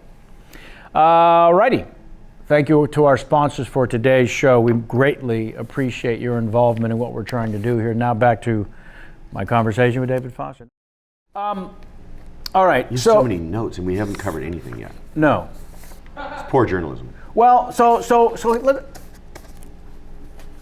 this is something I rarely do. So if it's not comfortable, we'll dismiss it. Okay. I was in the backyard when you introduced the world to Josh Groban, which was, here we go. If you've never heard of an artist, they're being introduced by you, there's a sense of anticipation. Speaking of Clive Davis, we introduced Alicia Keys. Absolutely. To right, at that night. Yes. So Josh comes out, and as you saw from the first time you saw him, that voice is ridiculous. Out of that body. Out of that frame and that visual, what's wrong with this picture? Yeah. So instantly captivated, right? A friend of ours, not going to say who, told me that after Josh's massive worldwide success, you weren't treated so great. Or as she put it, you know he fucked David over. Now, I know you well enough to know that you're not about to say anything bad about anyone. However, I want to know about the process of working with big artists, discovering, but also nurturing. And however that went down, what is the process for you, the evolution, with all the people that you've dealt with in your career? As you said, some of them got it, that they give over control to you. Some of them wrestle with it. On the second album, the he, she became a she, and wanted to get in there and mix things up. What has the evolution for you become? At what point do you realize you need to make peace with letting the artist go into the world? They get to do life now, for better or worse, how they choose. You're welcome. Because to me, as a leader, as a captain, right, that so many count on, whether it's the record label, whether it's the manager, whoever ushers that artist to you, for the ones that you're not discovering. What the evolution of how you process that, how you deal with it. Well, can I back up? Yes, please. Because it's absolutely not true that Josh Groban fucked over me. It's absolutely not true. What happened is the evolution that you're talking about, which is I took a 17-year-old who basically knew nothing about who he was. Right. and I made him who I wanted him to be. Right. Because I wanted to find the new Andrea Bocelli. Yes. Because Andrea Bocelli didn't want to make music like that anymore. And I thought, okay, well, I'll make an Andrea Bocelli album, and I've got to find somebody that sings like Andrea to be the singer. And didn't he, in fact, do one of those songs when you introduced him in the backyard to the Probably, world? yes. I'm sure he did, yeah. Probably the prayer. Right. So, so the natural evolution is now Josh just happens to be an incredible talent who's a drummer, he's a piano player, he's a songwriter. I didn't care about any of that. I just wanted that voice. So come around album 2 or album 3, he's going like, I don't want to be told what to sing anymore. Like I have ideas. I've got good ideas. I can write, I can sing, I can play. So if there was a rub, that was probably the rub of you know, you see certain people in a certain light and they can become rich and famous and big and worldly and all that, but you still see them as the person that was not famous, right? When Russell Crowe says he wants to tour with a band, and his management and everyone's saying, you're a movie star, you don't want to tour with a band. Right. What's the matter with you? Yeah, exactly. So, so that, here's something that I think is true. Every single person that becomes famous, the first thing they want to do is distance themselves from the people that knew them when they were not famous. 100%. 100%, right? So there's a little bit of that element going on, but Josh absolutely never. We did 4, 5 albums together. We will work together again. Right. But he became a man and he became a force, and and I didn't want to recognize that. So it was just a perfect evolution for him to do that, and he's an incredible artist. I would never in a million years think that he fucked me over. Right. No. Yeah. But I love the perception, and the perception is probably David gave him the opportunity that created a career that lasts a lifetime, therefore X. But just because somebody gives you the opportunity, and in most cases you're shortcutting it, because if they're that talented, they're going to get there without you, all right? So you shortcut it by 2 years, right? Right. Doesn't mean they owe you forever, and that's something I had to learn. Well, that's the evolution. They don't owe you forever. Who? Do you remember the guy that gave you your first big break? I do, but I've never mentioned him, and I won't now. Okay, but to make your point. No, but will you go to a charity for him if you ask next week? Probably not, because you're going to be busy. It's like you don't owe him anymore. Well, the you don't owe him anymore is the natural evolution. So you get to the place that I was curious about, which is your own evolution with dealing with that. Yes, and I have evolved. Because it's hard. It is, I've evolved, but how many times can Michael Bublé get on the stage and go, thank you, David Foster, for discovering me at a wedding? How many times is he expected to do that? Yeah, right. He's not. He's not. No, and I remember the people early in my life, I don't give them props all the time. I like to give credit to the woman, although I wish I could remember her name, who was a manager that I did my first audition for, basically. And she said, well, listen, acting's not for everyone. You should stick with the stand-up comedy. And because it drove me 100%. Yeah. So I hope that answers your question. It does. Yeah. It does, because I had a feeling, given who this friend of ours is, that the perception is, in this person, he, she's mine, is that he owed you, as you say. How many times is he supposed to say thank you and not do his own thing at some point? To be perfectly honest, I think... More coffee or water? No, I'm good, thanks. Okay. To be perfectly honest, I think that I have been treated way beyond what I should have for my accomplishments. Isn't that in what terms matters? of the people around me. Yeah. I mean, I think I've made the most out of being a piano player. I've made the most out of being a record producer, and I've had the most props. I've had way more props than I deserve. It gets a little embarrassing at some point. Yeah, I mean, I think everybody around me has been great. You know? Right. I mean, for the most part. I mean, there's one or two, but, you know. Let's talk about them now. No, so... I mean, how many record producers really, Quincy Jones, of course, comes to mind because he's at the top of the... But how many record producers really get the notoriety, albeit, you know, small, but the notoriety that I've had in my life and doing concerts all over the world. I can count you all on one hand. Yeah, there's not that many that have parlayed that into, you know, I tour Asia twice a year, and I was just in, shout out to Thailand, by the way, I was just there, and I get Taiwan, will you play in Taiwan? I have done before, yeah. Kenny, get the family. I want to talk about the... His mom's already there. I want to talk about the Asian because I have that in my notes as well. Asian. He said, I want to talk about the Asian. I want to talk about the Asian. The Asian tour. Not the Asian. I want to talk about the Asian tour. Kenny walked out. In 2014, when asked about doing a concert tour in America, you said, I'd love to tour America again. It's just that I have a bigger following in Asia. Reason? Because the people in Asia read the back of album covers and they believe that the people like me that make the music are as important as the people that sing it. End of story. I heard you say that, but please. Well, it so means that they are happy to see me on the stage with an unknown singer doing my song, Name Your Song, right? The Glory of Love. They're happy to see me doing it with an unknown singer because I'm the guy that wrote and produced it, or co-wrote and produced it. Right. And so they think I'm as important as the person that sang it. Yes, it's like saying anyone can cast and stage a production of a David Mamet play, but we'd also like to meet David Mamet. We'd also like to celebrate David Mamet. Yeah, I like that. Yeah. Yeah. Well, but that's it. Yeah, I mean, it sort of worked for me in America too. I did the Hitman shows, which were huge, but the show was stacked with stars. I mean, it was like my funeral. You stacked the deck pretty well. Yeah, I mean, from Bocelli to Celine to Barbra making a video, and Bublé and Groban and Boz Scaggs and Peter Cetera and All for One. Everybody, it was my funeral. Was there a filmed version of this There eventually? is, yeah. Where can people see that? PBS. Well, it was on PBS, but it's Great performances? Exactly. Yeah. Yeah, I did 2 of them actually. And it was just called The Hitman? The Hitman, yeah. There was the book Hitman. Yeah. Is that what? The book kind of came along at the same time. Yeah.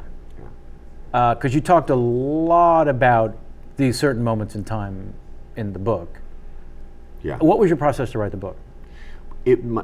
My process was I was going to spend 2 years to do it, and then the Hitman show came along, and all of a sudden they wanted the book now. Yeah. And it's one of my greatest regrets, because the book is okay, but it's not great, and I really should have spent the 2 years. I should have ignored everybody saying, get the book. So I wrote the book literally start to finish in 3 months, and it's not a good way to write. The only chance you're going to get to write your own story. It's not good to do it in 3 months, and I wish I could do it again. Maybe I will. You can. I can. You may. Because when I read like Andre Agassi's autobiography, you read that? No, but I've only heard the most ridiculous things about it. I mean, it's like I watching it's a page-turning novel. It's just insane. But he spent 2 years, and he had a Pulitzer Prize-winning author write it with him. So, Yeah. That's the way to go. Well, that was my process, was to bring in one of these great writers. How I Slept My Way to the Middle. I know you were dying to know the name of the book. But we did interviews, Skype interviews, that he recorded and then transcribed. Of your friends, or of you? Of him interviewing me and asking the questions that triggered the stories. Yeah. And then he transcribed the stories and sent them to me, and I edited those stories for the most part. Yeah. And were you happy with the results? Because don't you think the spoken version of a lot of these stories, as you meet someone and you're telling them a story of an event, instead of you trying to figure out the best way to phrase the story. You can't print tone of voice. Right? Yeah, it's hard. Yeah. How do you, they're setting up the keyboard, you needn't worry yourself, but that's what's going on behind you. No, but they can do it right here. Yeah. You can do it right here. And you don't have to whisper, we're just like live. Yeah. Do you want to sneak in and set things up? I only want to play St. Elmo's Fire for Jamie. That's all I want to do. And by the way, what rights am I paying afterwards? Nothing. Better to beg forgiveness than to ask permission. Yes, it right? is. Yes. 100%. Where did you get that from? I give you permission. Where did you get that from? I don't know, but I like it. Right? That's spectacular. Yeah. It's not Better to mine. beg forgiveness than ask That's how permission. I live my life.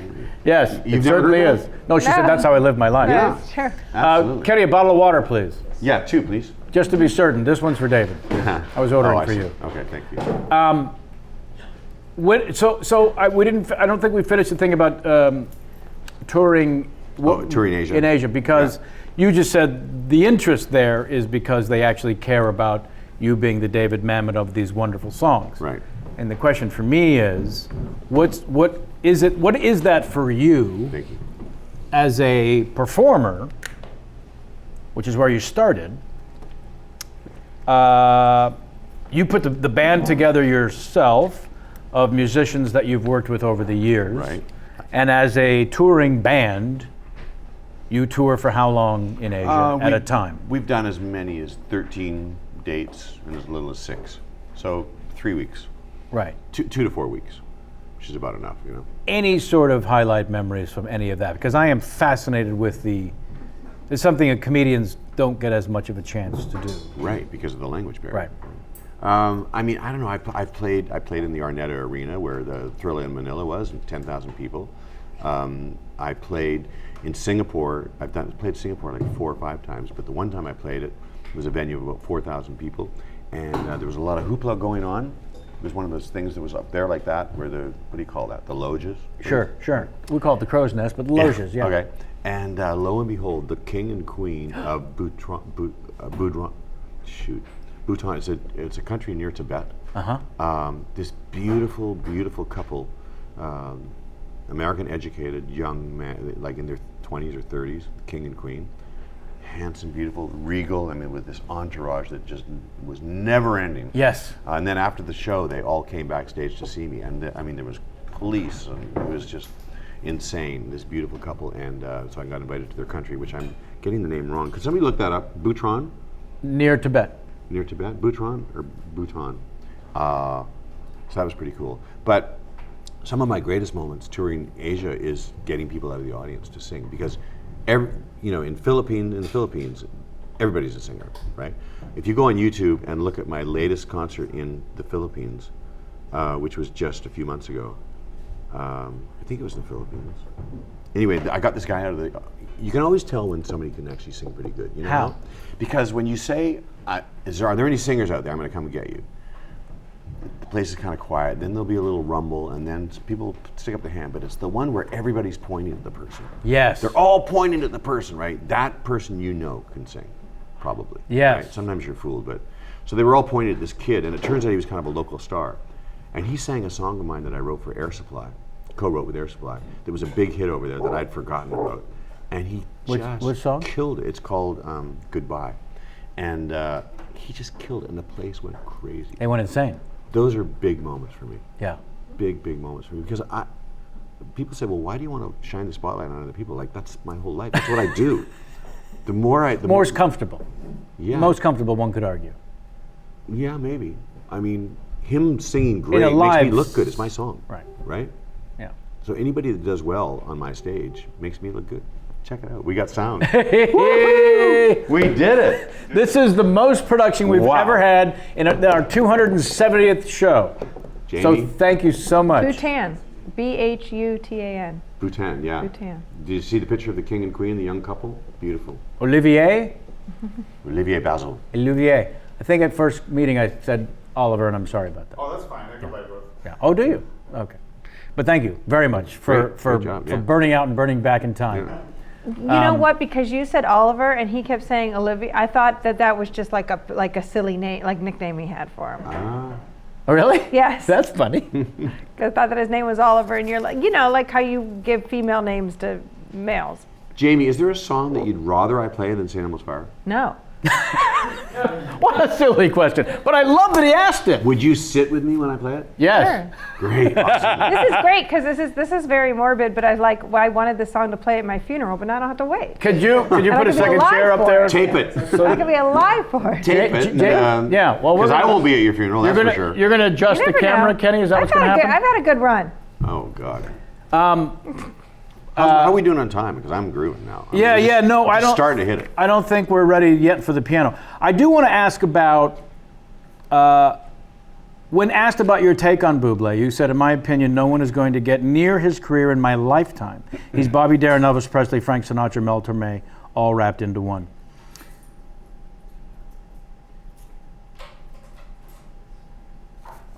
When you look at an artist like Is that a buffering moment?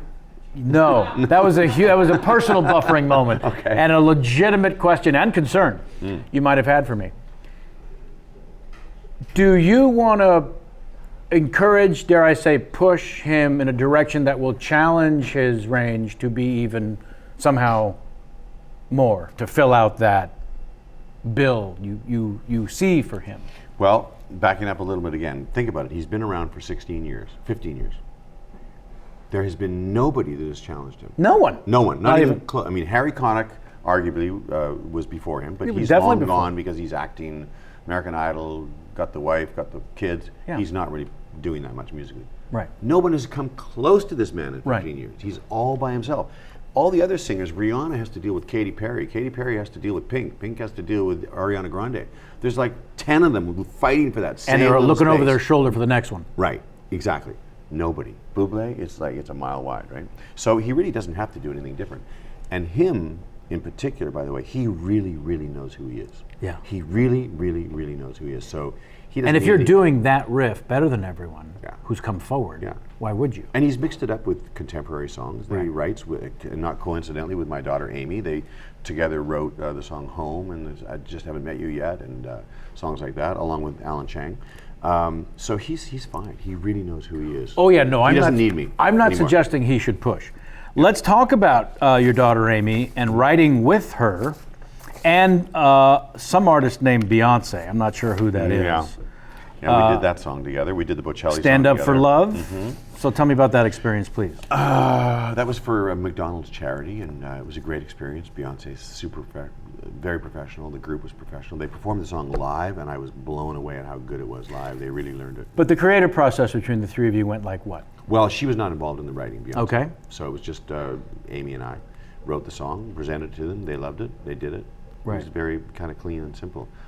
Amy's, her relationship with Bublé is the real strong one. I mean, they are such a great writing team. And of course, she met Bublé through me, but Sure. I didn't even really know that they were writing.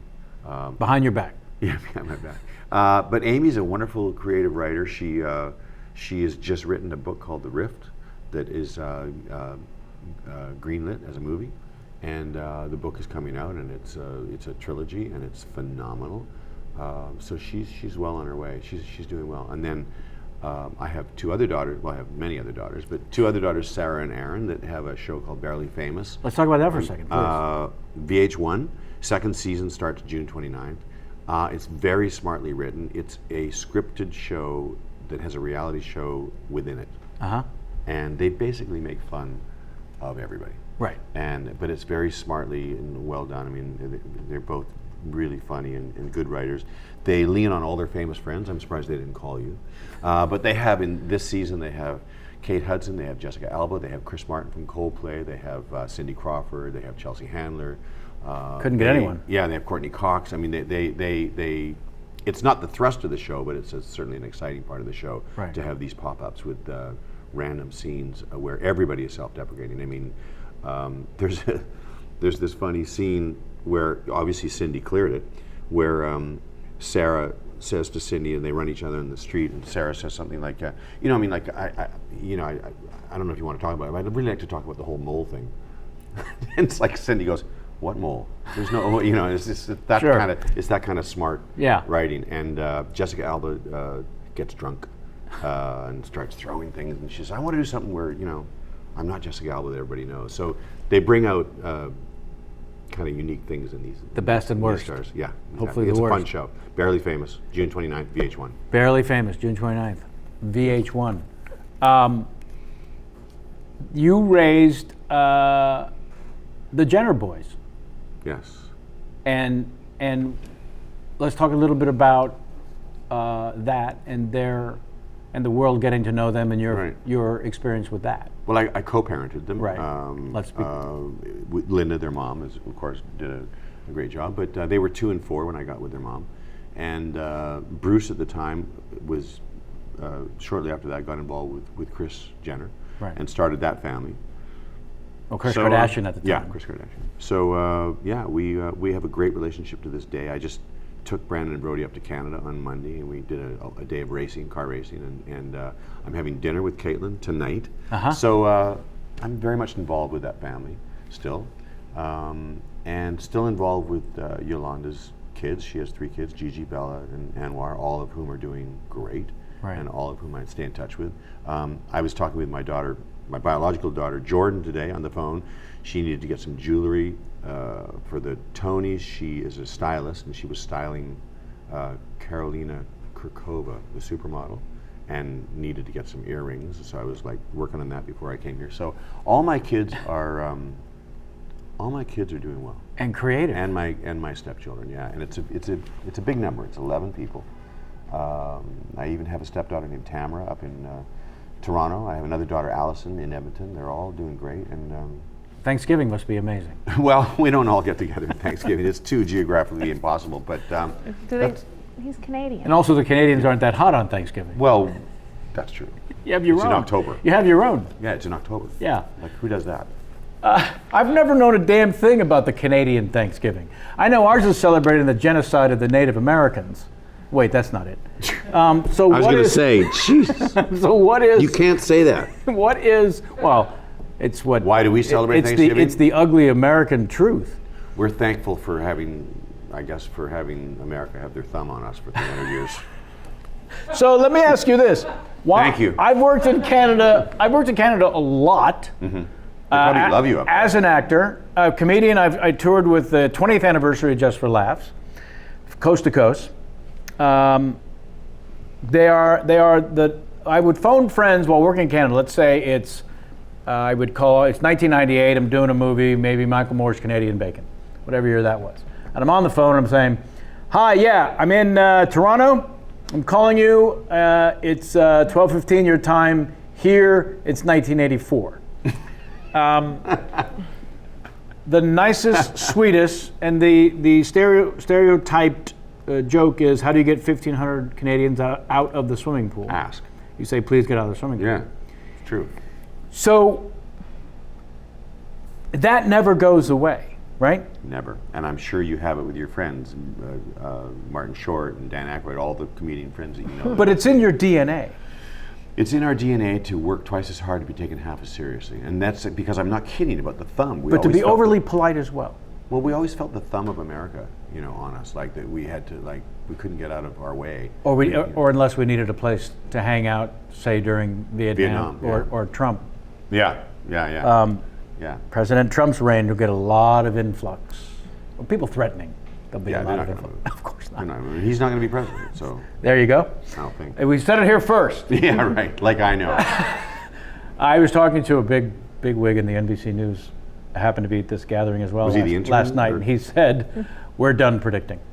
Yeah. I foolishly said when he went from 6 to 12%, it's never going to happen. This was a year ago, and we're done. We're done saying what is and isn't going to happen. Have you talked politics much on this show in the last 2 months? No. But I don't mind. Yeah, no, I don't have much of an opinion. I know Donald Trump. I don't know him well. Yeah. But, well, you said something interesting. I found it's kind of controversial, that statement, isn't it? What I said?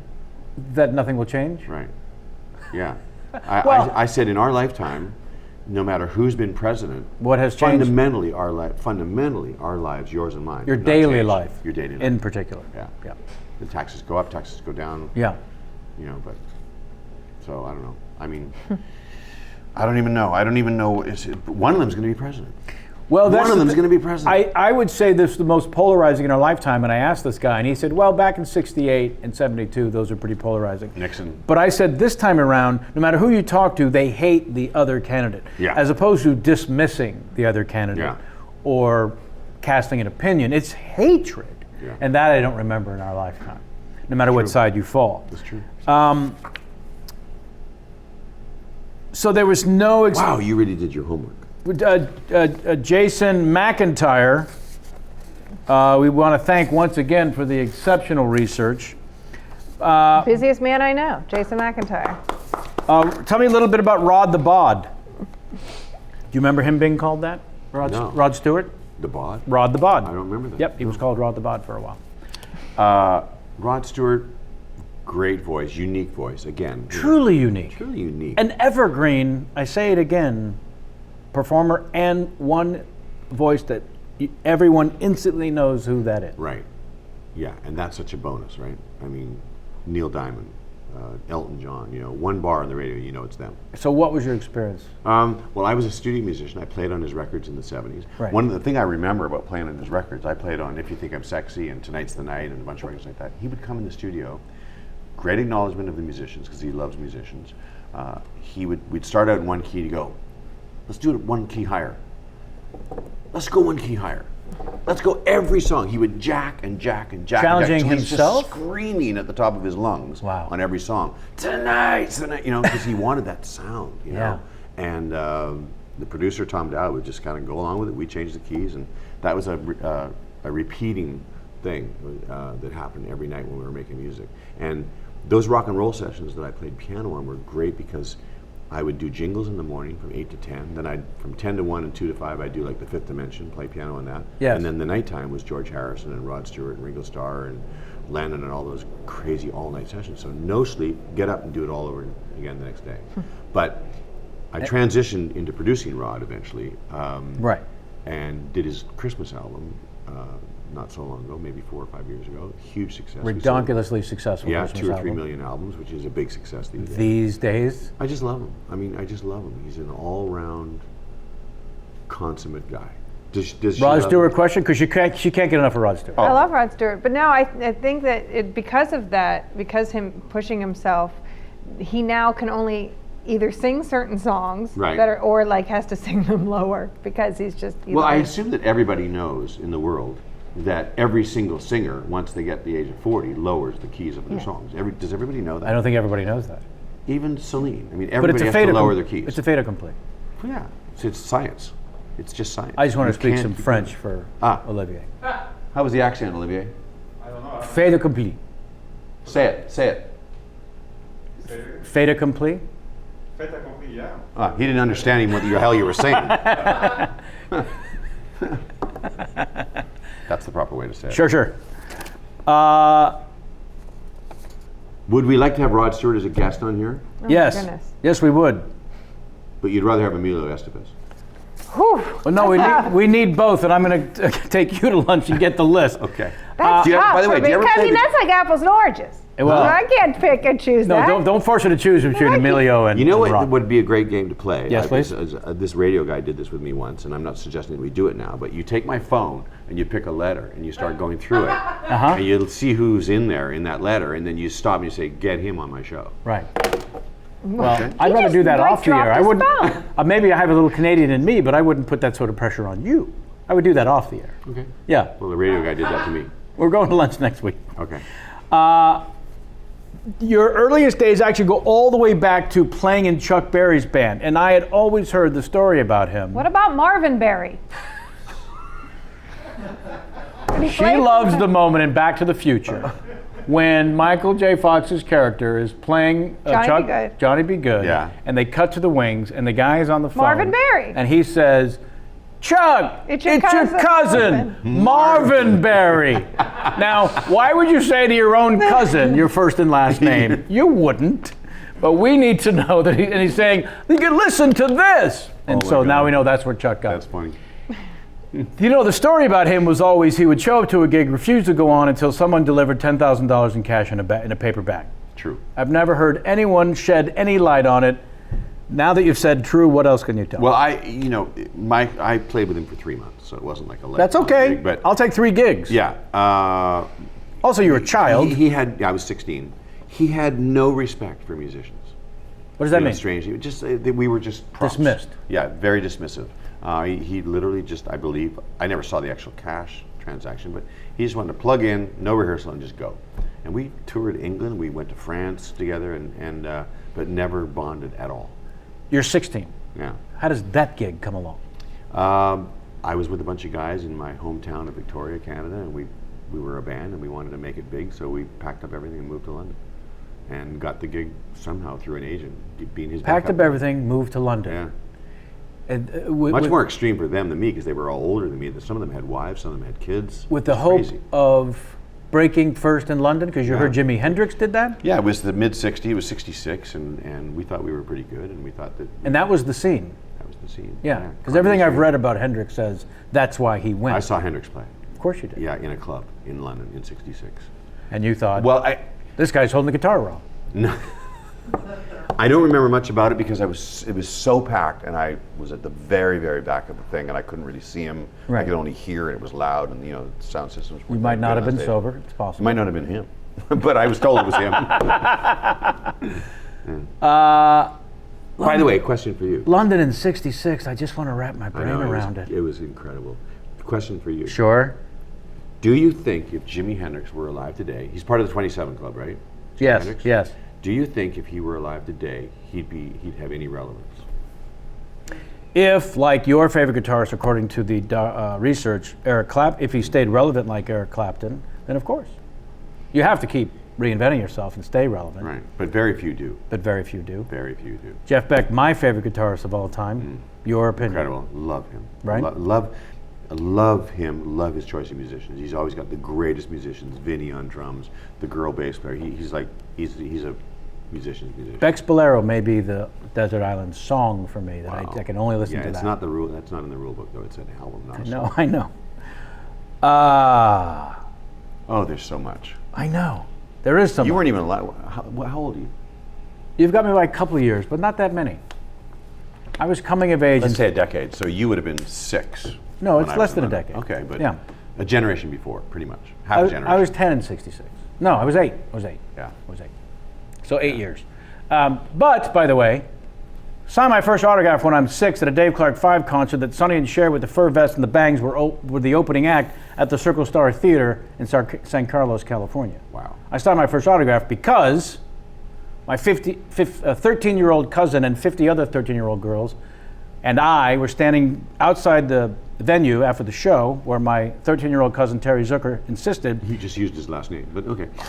Terry, if we wait by these steps leading up to a platform and a side stage door, we'll see the Dave Clark 5 come out. Yeah. We're standing there, we're waiting. Of course, the Dave Clark 5 went out another way. We're waiting. Finally, my 13-year-old cousin Terry Zucker says, you know their songs. There's a puff of smoke and me running up the stairs to the platform. You're Here 6? we come again. Ooh. You're 6? I'm 6. I sing their songs. Some of these 13-year-old girls, God bless them, came to get someone's autograph. So a couple of them asked for mine. I didn't know how to write yet, had to print my name. And that was the first experience. I said, oh my God. That's it, I'm doing this now. Not singing, but I'm going to stand on a platform and people are going to wait.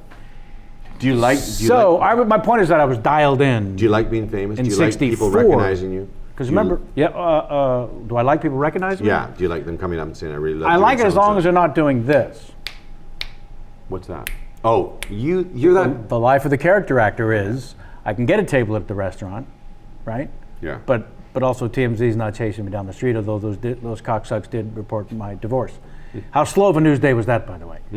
But in '64, Dave Clark 5 and the Beatles, people don't realize it was neck and neck for about a minute. Yeah, for about a minute. But it was. Yeah, it was. Yeah. Glad all over. Glad all over. But that album was gigantic. Yeah, huge. Yeah. I hear that Dave Clark had a drummer play behind a curtain because he couldn't play properly. I'd heard that too. I wonder if that's true. Do we think it's Can we true? look that up? Well, you look it up as urban legend. But you heard it from inside the music world. No, I just heard it as a kid. Was he a stand-up drummer? Why do I remember he was a stand-up drummer? I don't remember that. Yeah, that's crazy. Yeah. Are you ready to play a little? I'm ready to play one song, but only for Jamie. Well, I know that. You have to turn the cameras off. I have to turn the other way. You would love to talk about, as you say, your failures, and you wrote, I insist to talk about the failures because they make the successes.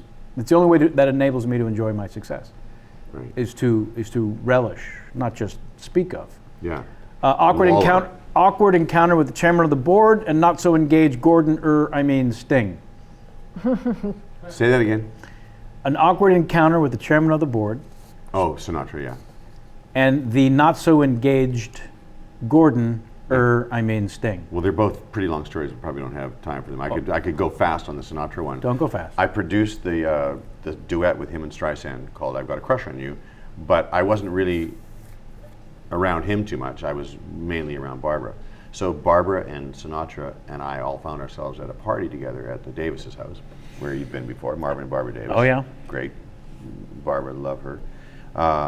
And so he's there, President Clinton's there, I'm there, Barbara's there. I'm thinking, this may be a good opportunity for them to sing the song live. Now, Barbra hates singing live, but she was sort of, I went to her and she said, yeah, I'd do a few bars of that with Frank, you know.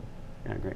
So I went to Frank and I had to reintroduce myself to him because this was, you know, he was early 70s? No, this was, he was in his early 70s? Yeah. Or, well, how old? Yeah, it was maybe 5 years before he died. Right.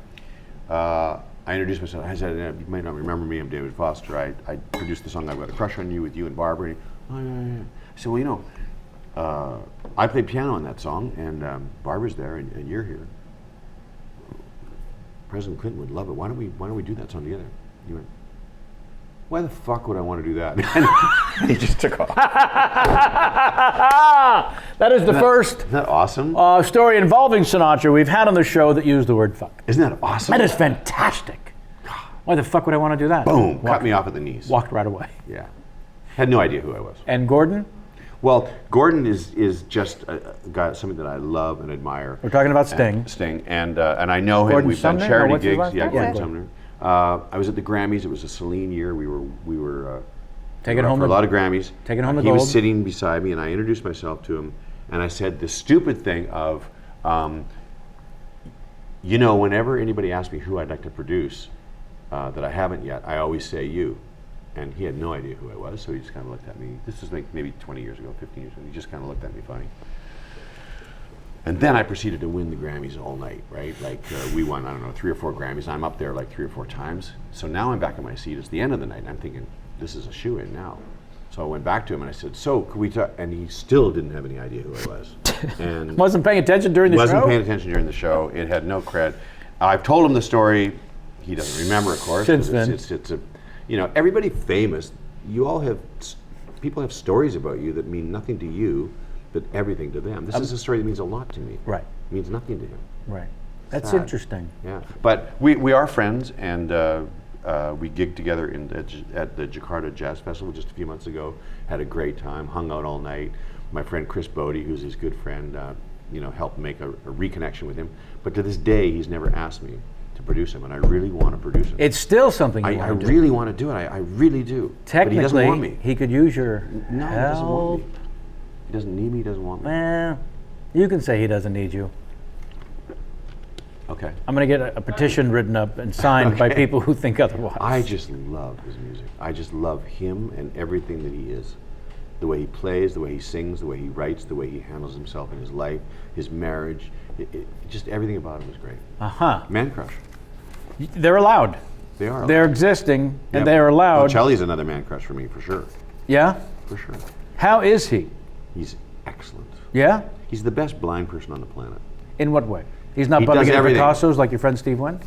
No, he rides horses, he scuba dives, he surfs, he windsails, he runs on the beach, he just loves life. He lives life to the fullest. Yeah, no to one the told max. no one told him he's blind, you're saying. No, Yeah. no, he's great. And what a voice. I mentioned at the oh please, the voice is it's Redonkulous. It's truly ridiculous Yeah. in the sense that it may be singular as well. Jamie, do you like his singing? I've only heard him at the Bellagio fountains, so. I mentioned at the top of the show the big fundraiser for Kansas City's Children's Mercy Hospital, and that there is a David Foster Foundation. Tell me how it started. It supports children in need of medical transplants. What's going on?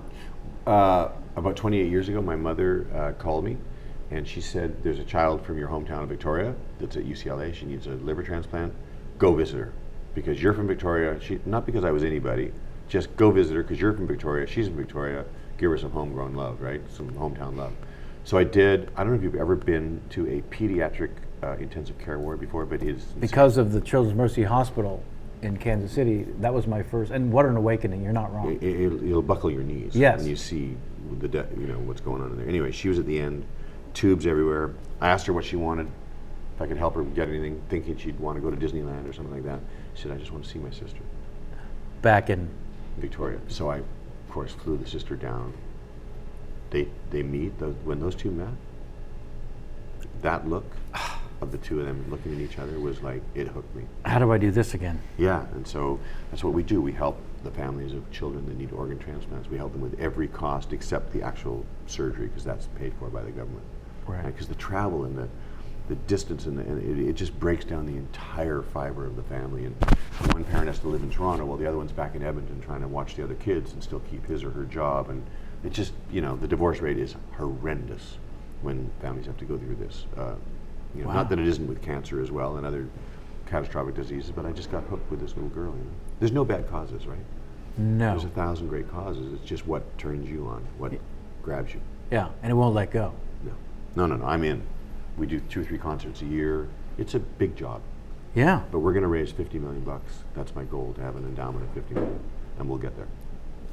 You're fairly along the way. Yeah, we are. From what the research We're 22. shows. Yes. Yeah, we're 22 with another 10 coming very soon. That's so extraordinary. we'll get there, for sure. And then we have a burn rate of about $1 million a year, and long after I'm gone, it might be what people like about me more than my music. Part of the legacy, a huge part. Where can people go to check that out? Is it David Foster Foundation.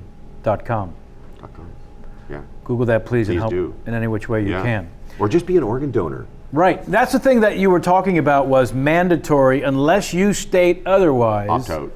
Unless you choose to opt out. Yeah. That's what you do instead of signing up to be one. Right. You're automatically an organ donor. Unless you say you don't want to be one. Unless you choose. And who doesn't want to be one? Those that don't, be on the opt-out list, but it should be automatic. Yeah, because it's a problem that could be solved. Only 14% of the population are organ donors. In Canada, there's 1,500 people that are going to die this year, and you put a zero on that for America because they don't have an organ. Right. Especially folks, for Jamie and I want to be cremated. So if that's the thing, and you don't even believe in the headstone and the gravesite and all of this, then please. Why wouldn't you want your heart beating in somebody else? To help it anyway beyond. Right. One of our greatest moments was at one of our galas when the mother of the heart recipient and the child walked on stage and met for the first time the mother of the donor child, right, who now didn't have a child. The mother of the recipient came on stage, went into her purse, brought out a stethoscope, and handed it to the other mother, and she said, "I want you to hear your son's heart beating in my daughter." It was like a moment that you can't imagine. No. She put the thing on and listened to her dead son's heart beating in the child. Yeah. It was an amazing moment. I blame the film Coma. One of the more famous things from the film Natalie Coma Wood. is that Tom Selleck played a corpse in a morgue. That was it. He was an extra as a corpse in the morgue. But from the movie Coma came the notion, it was a paranoid theme in the film, that when people's organs were harvested prematurely, and that I'm not kidding. I think that people got paranoid. I remember everybody hanging. It was a horror film in a freezing Yes. pit, right? All the bodies were just hanging, waiting to be Right. harvested. Yeah. So if I put donate organ donor on my license, that The ambulance guy's gonna go, "Oh, he's a donor. Let you him know die." what? He's close. He's of course. No, they're there to save. Yeah, yeah. Please play if we're all set up and ready to go. All right, we're going to adjust the camera as Jamie takes her seat next to you. Kenny's going to, and I can't thank you enough. What a great way to spend a Sunday afternoon. Honestly? I'm just awesome, Kevin. Thank you, pal. Thank you, buddy. Thank you for inviting me. I can't wait to go through your phone and pick letters. Absolutely. Well, pick the letter now. Pick the letter now. Well, we're definitely starting with Rod and Emilio, who I know. No, just pick the letter, and then we'll go through. It might not be either of them. Oh, well, I mean, T, S, A, B. S is always huge in anyone's phone. I can't even explain why. S. But it's Is that true? Huge. It is true. Okay, we'll go with S. Okay. We're going to start with S. Mainly because Rod Stewart will be in it. Do I go to the piano now? Yeah, sure. You ready, Kenny? All right. Now, what about his microphone? Does he need to declip, unclip? Yeah, let's declip and reclip. Declip and reclip. Ooh, I like that. Yeah. All right. This is a first. Folks, We're amping up the production here. hopefully J-Mac has put the camera on me while we make this awkward transition. I want to thank my guest today, Mr. David Foster, who will have to come back because there's another 2 hours of stories available. The book is called Hitman, and although he confessed it only took 3 months when it should have taken 3 years to write, we're going to encourage him to write the next volume. One of the first things that our very own Jamie Foxx made crystal clear to me when we first met was that if I don't love the theme from St. Elmo's Fire, I have no soul. It's now going to somehow be performed by its author. And this is such a soulful piece. You feel you're dialed in and everything's good? Oh yeah, we're good. Kenny? You're still adjusting? The drape behind him needs to be pulled Kenny, the drape from the foot of the stage. behind Jamie. Yeah, that Are we still live? Oh, yeah. Are we It's done? on the Oh, chair. we're live. We're live. Wow. How's that level?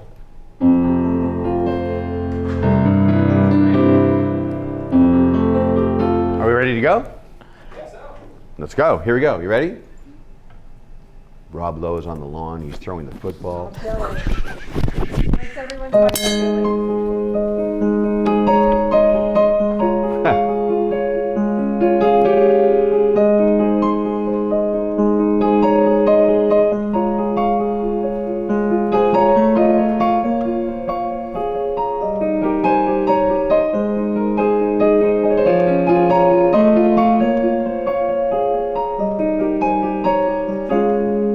Now we're in Dimmy's apartment.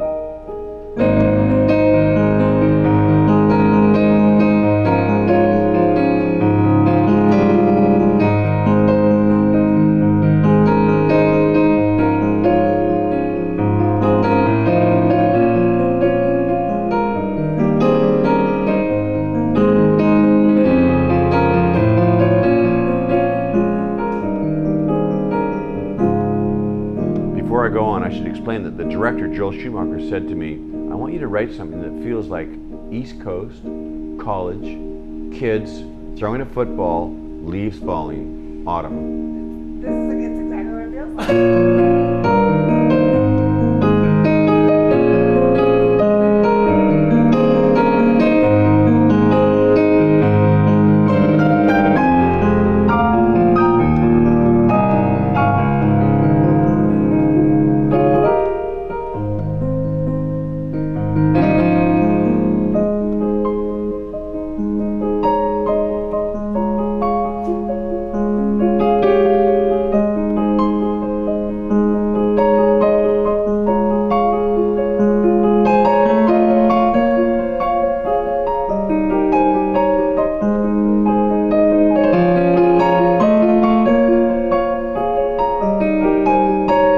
Big part coming up. Ready? Not yet.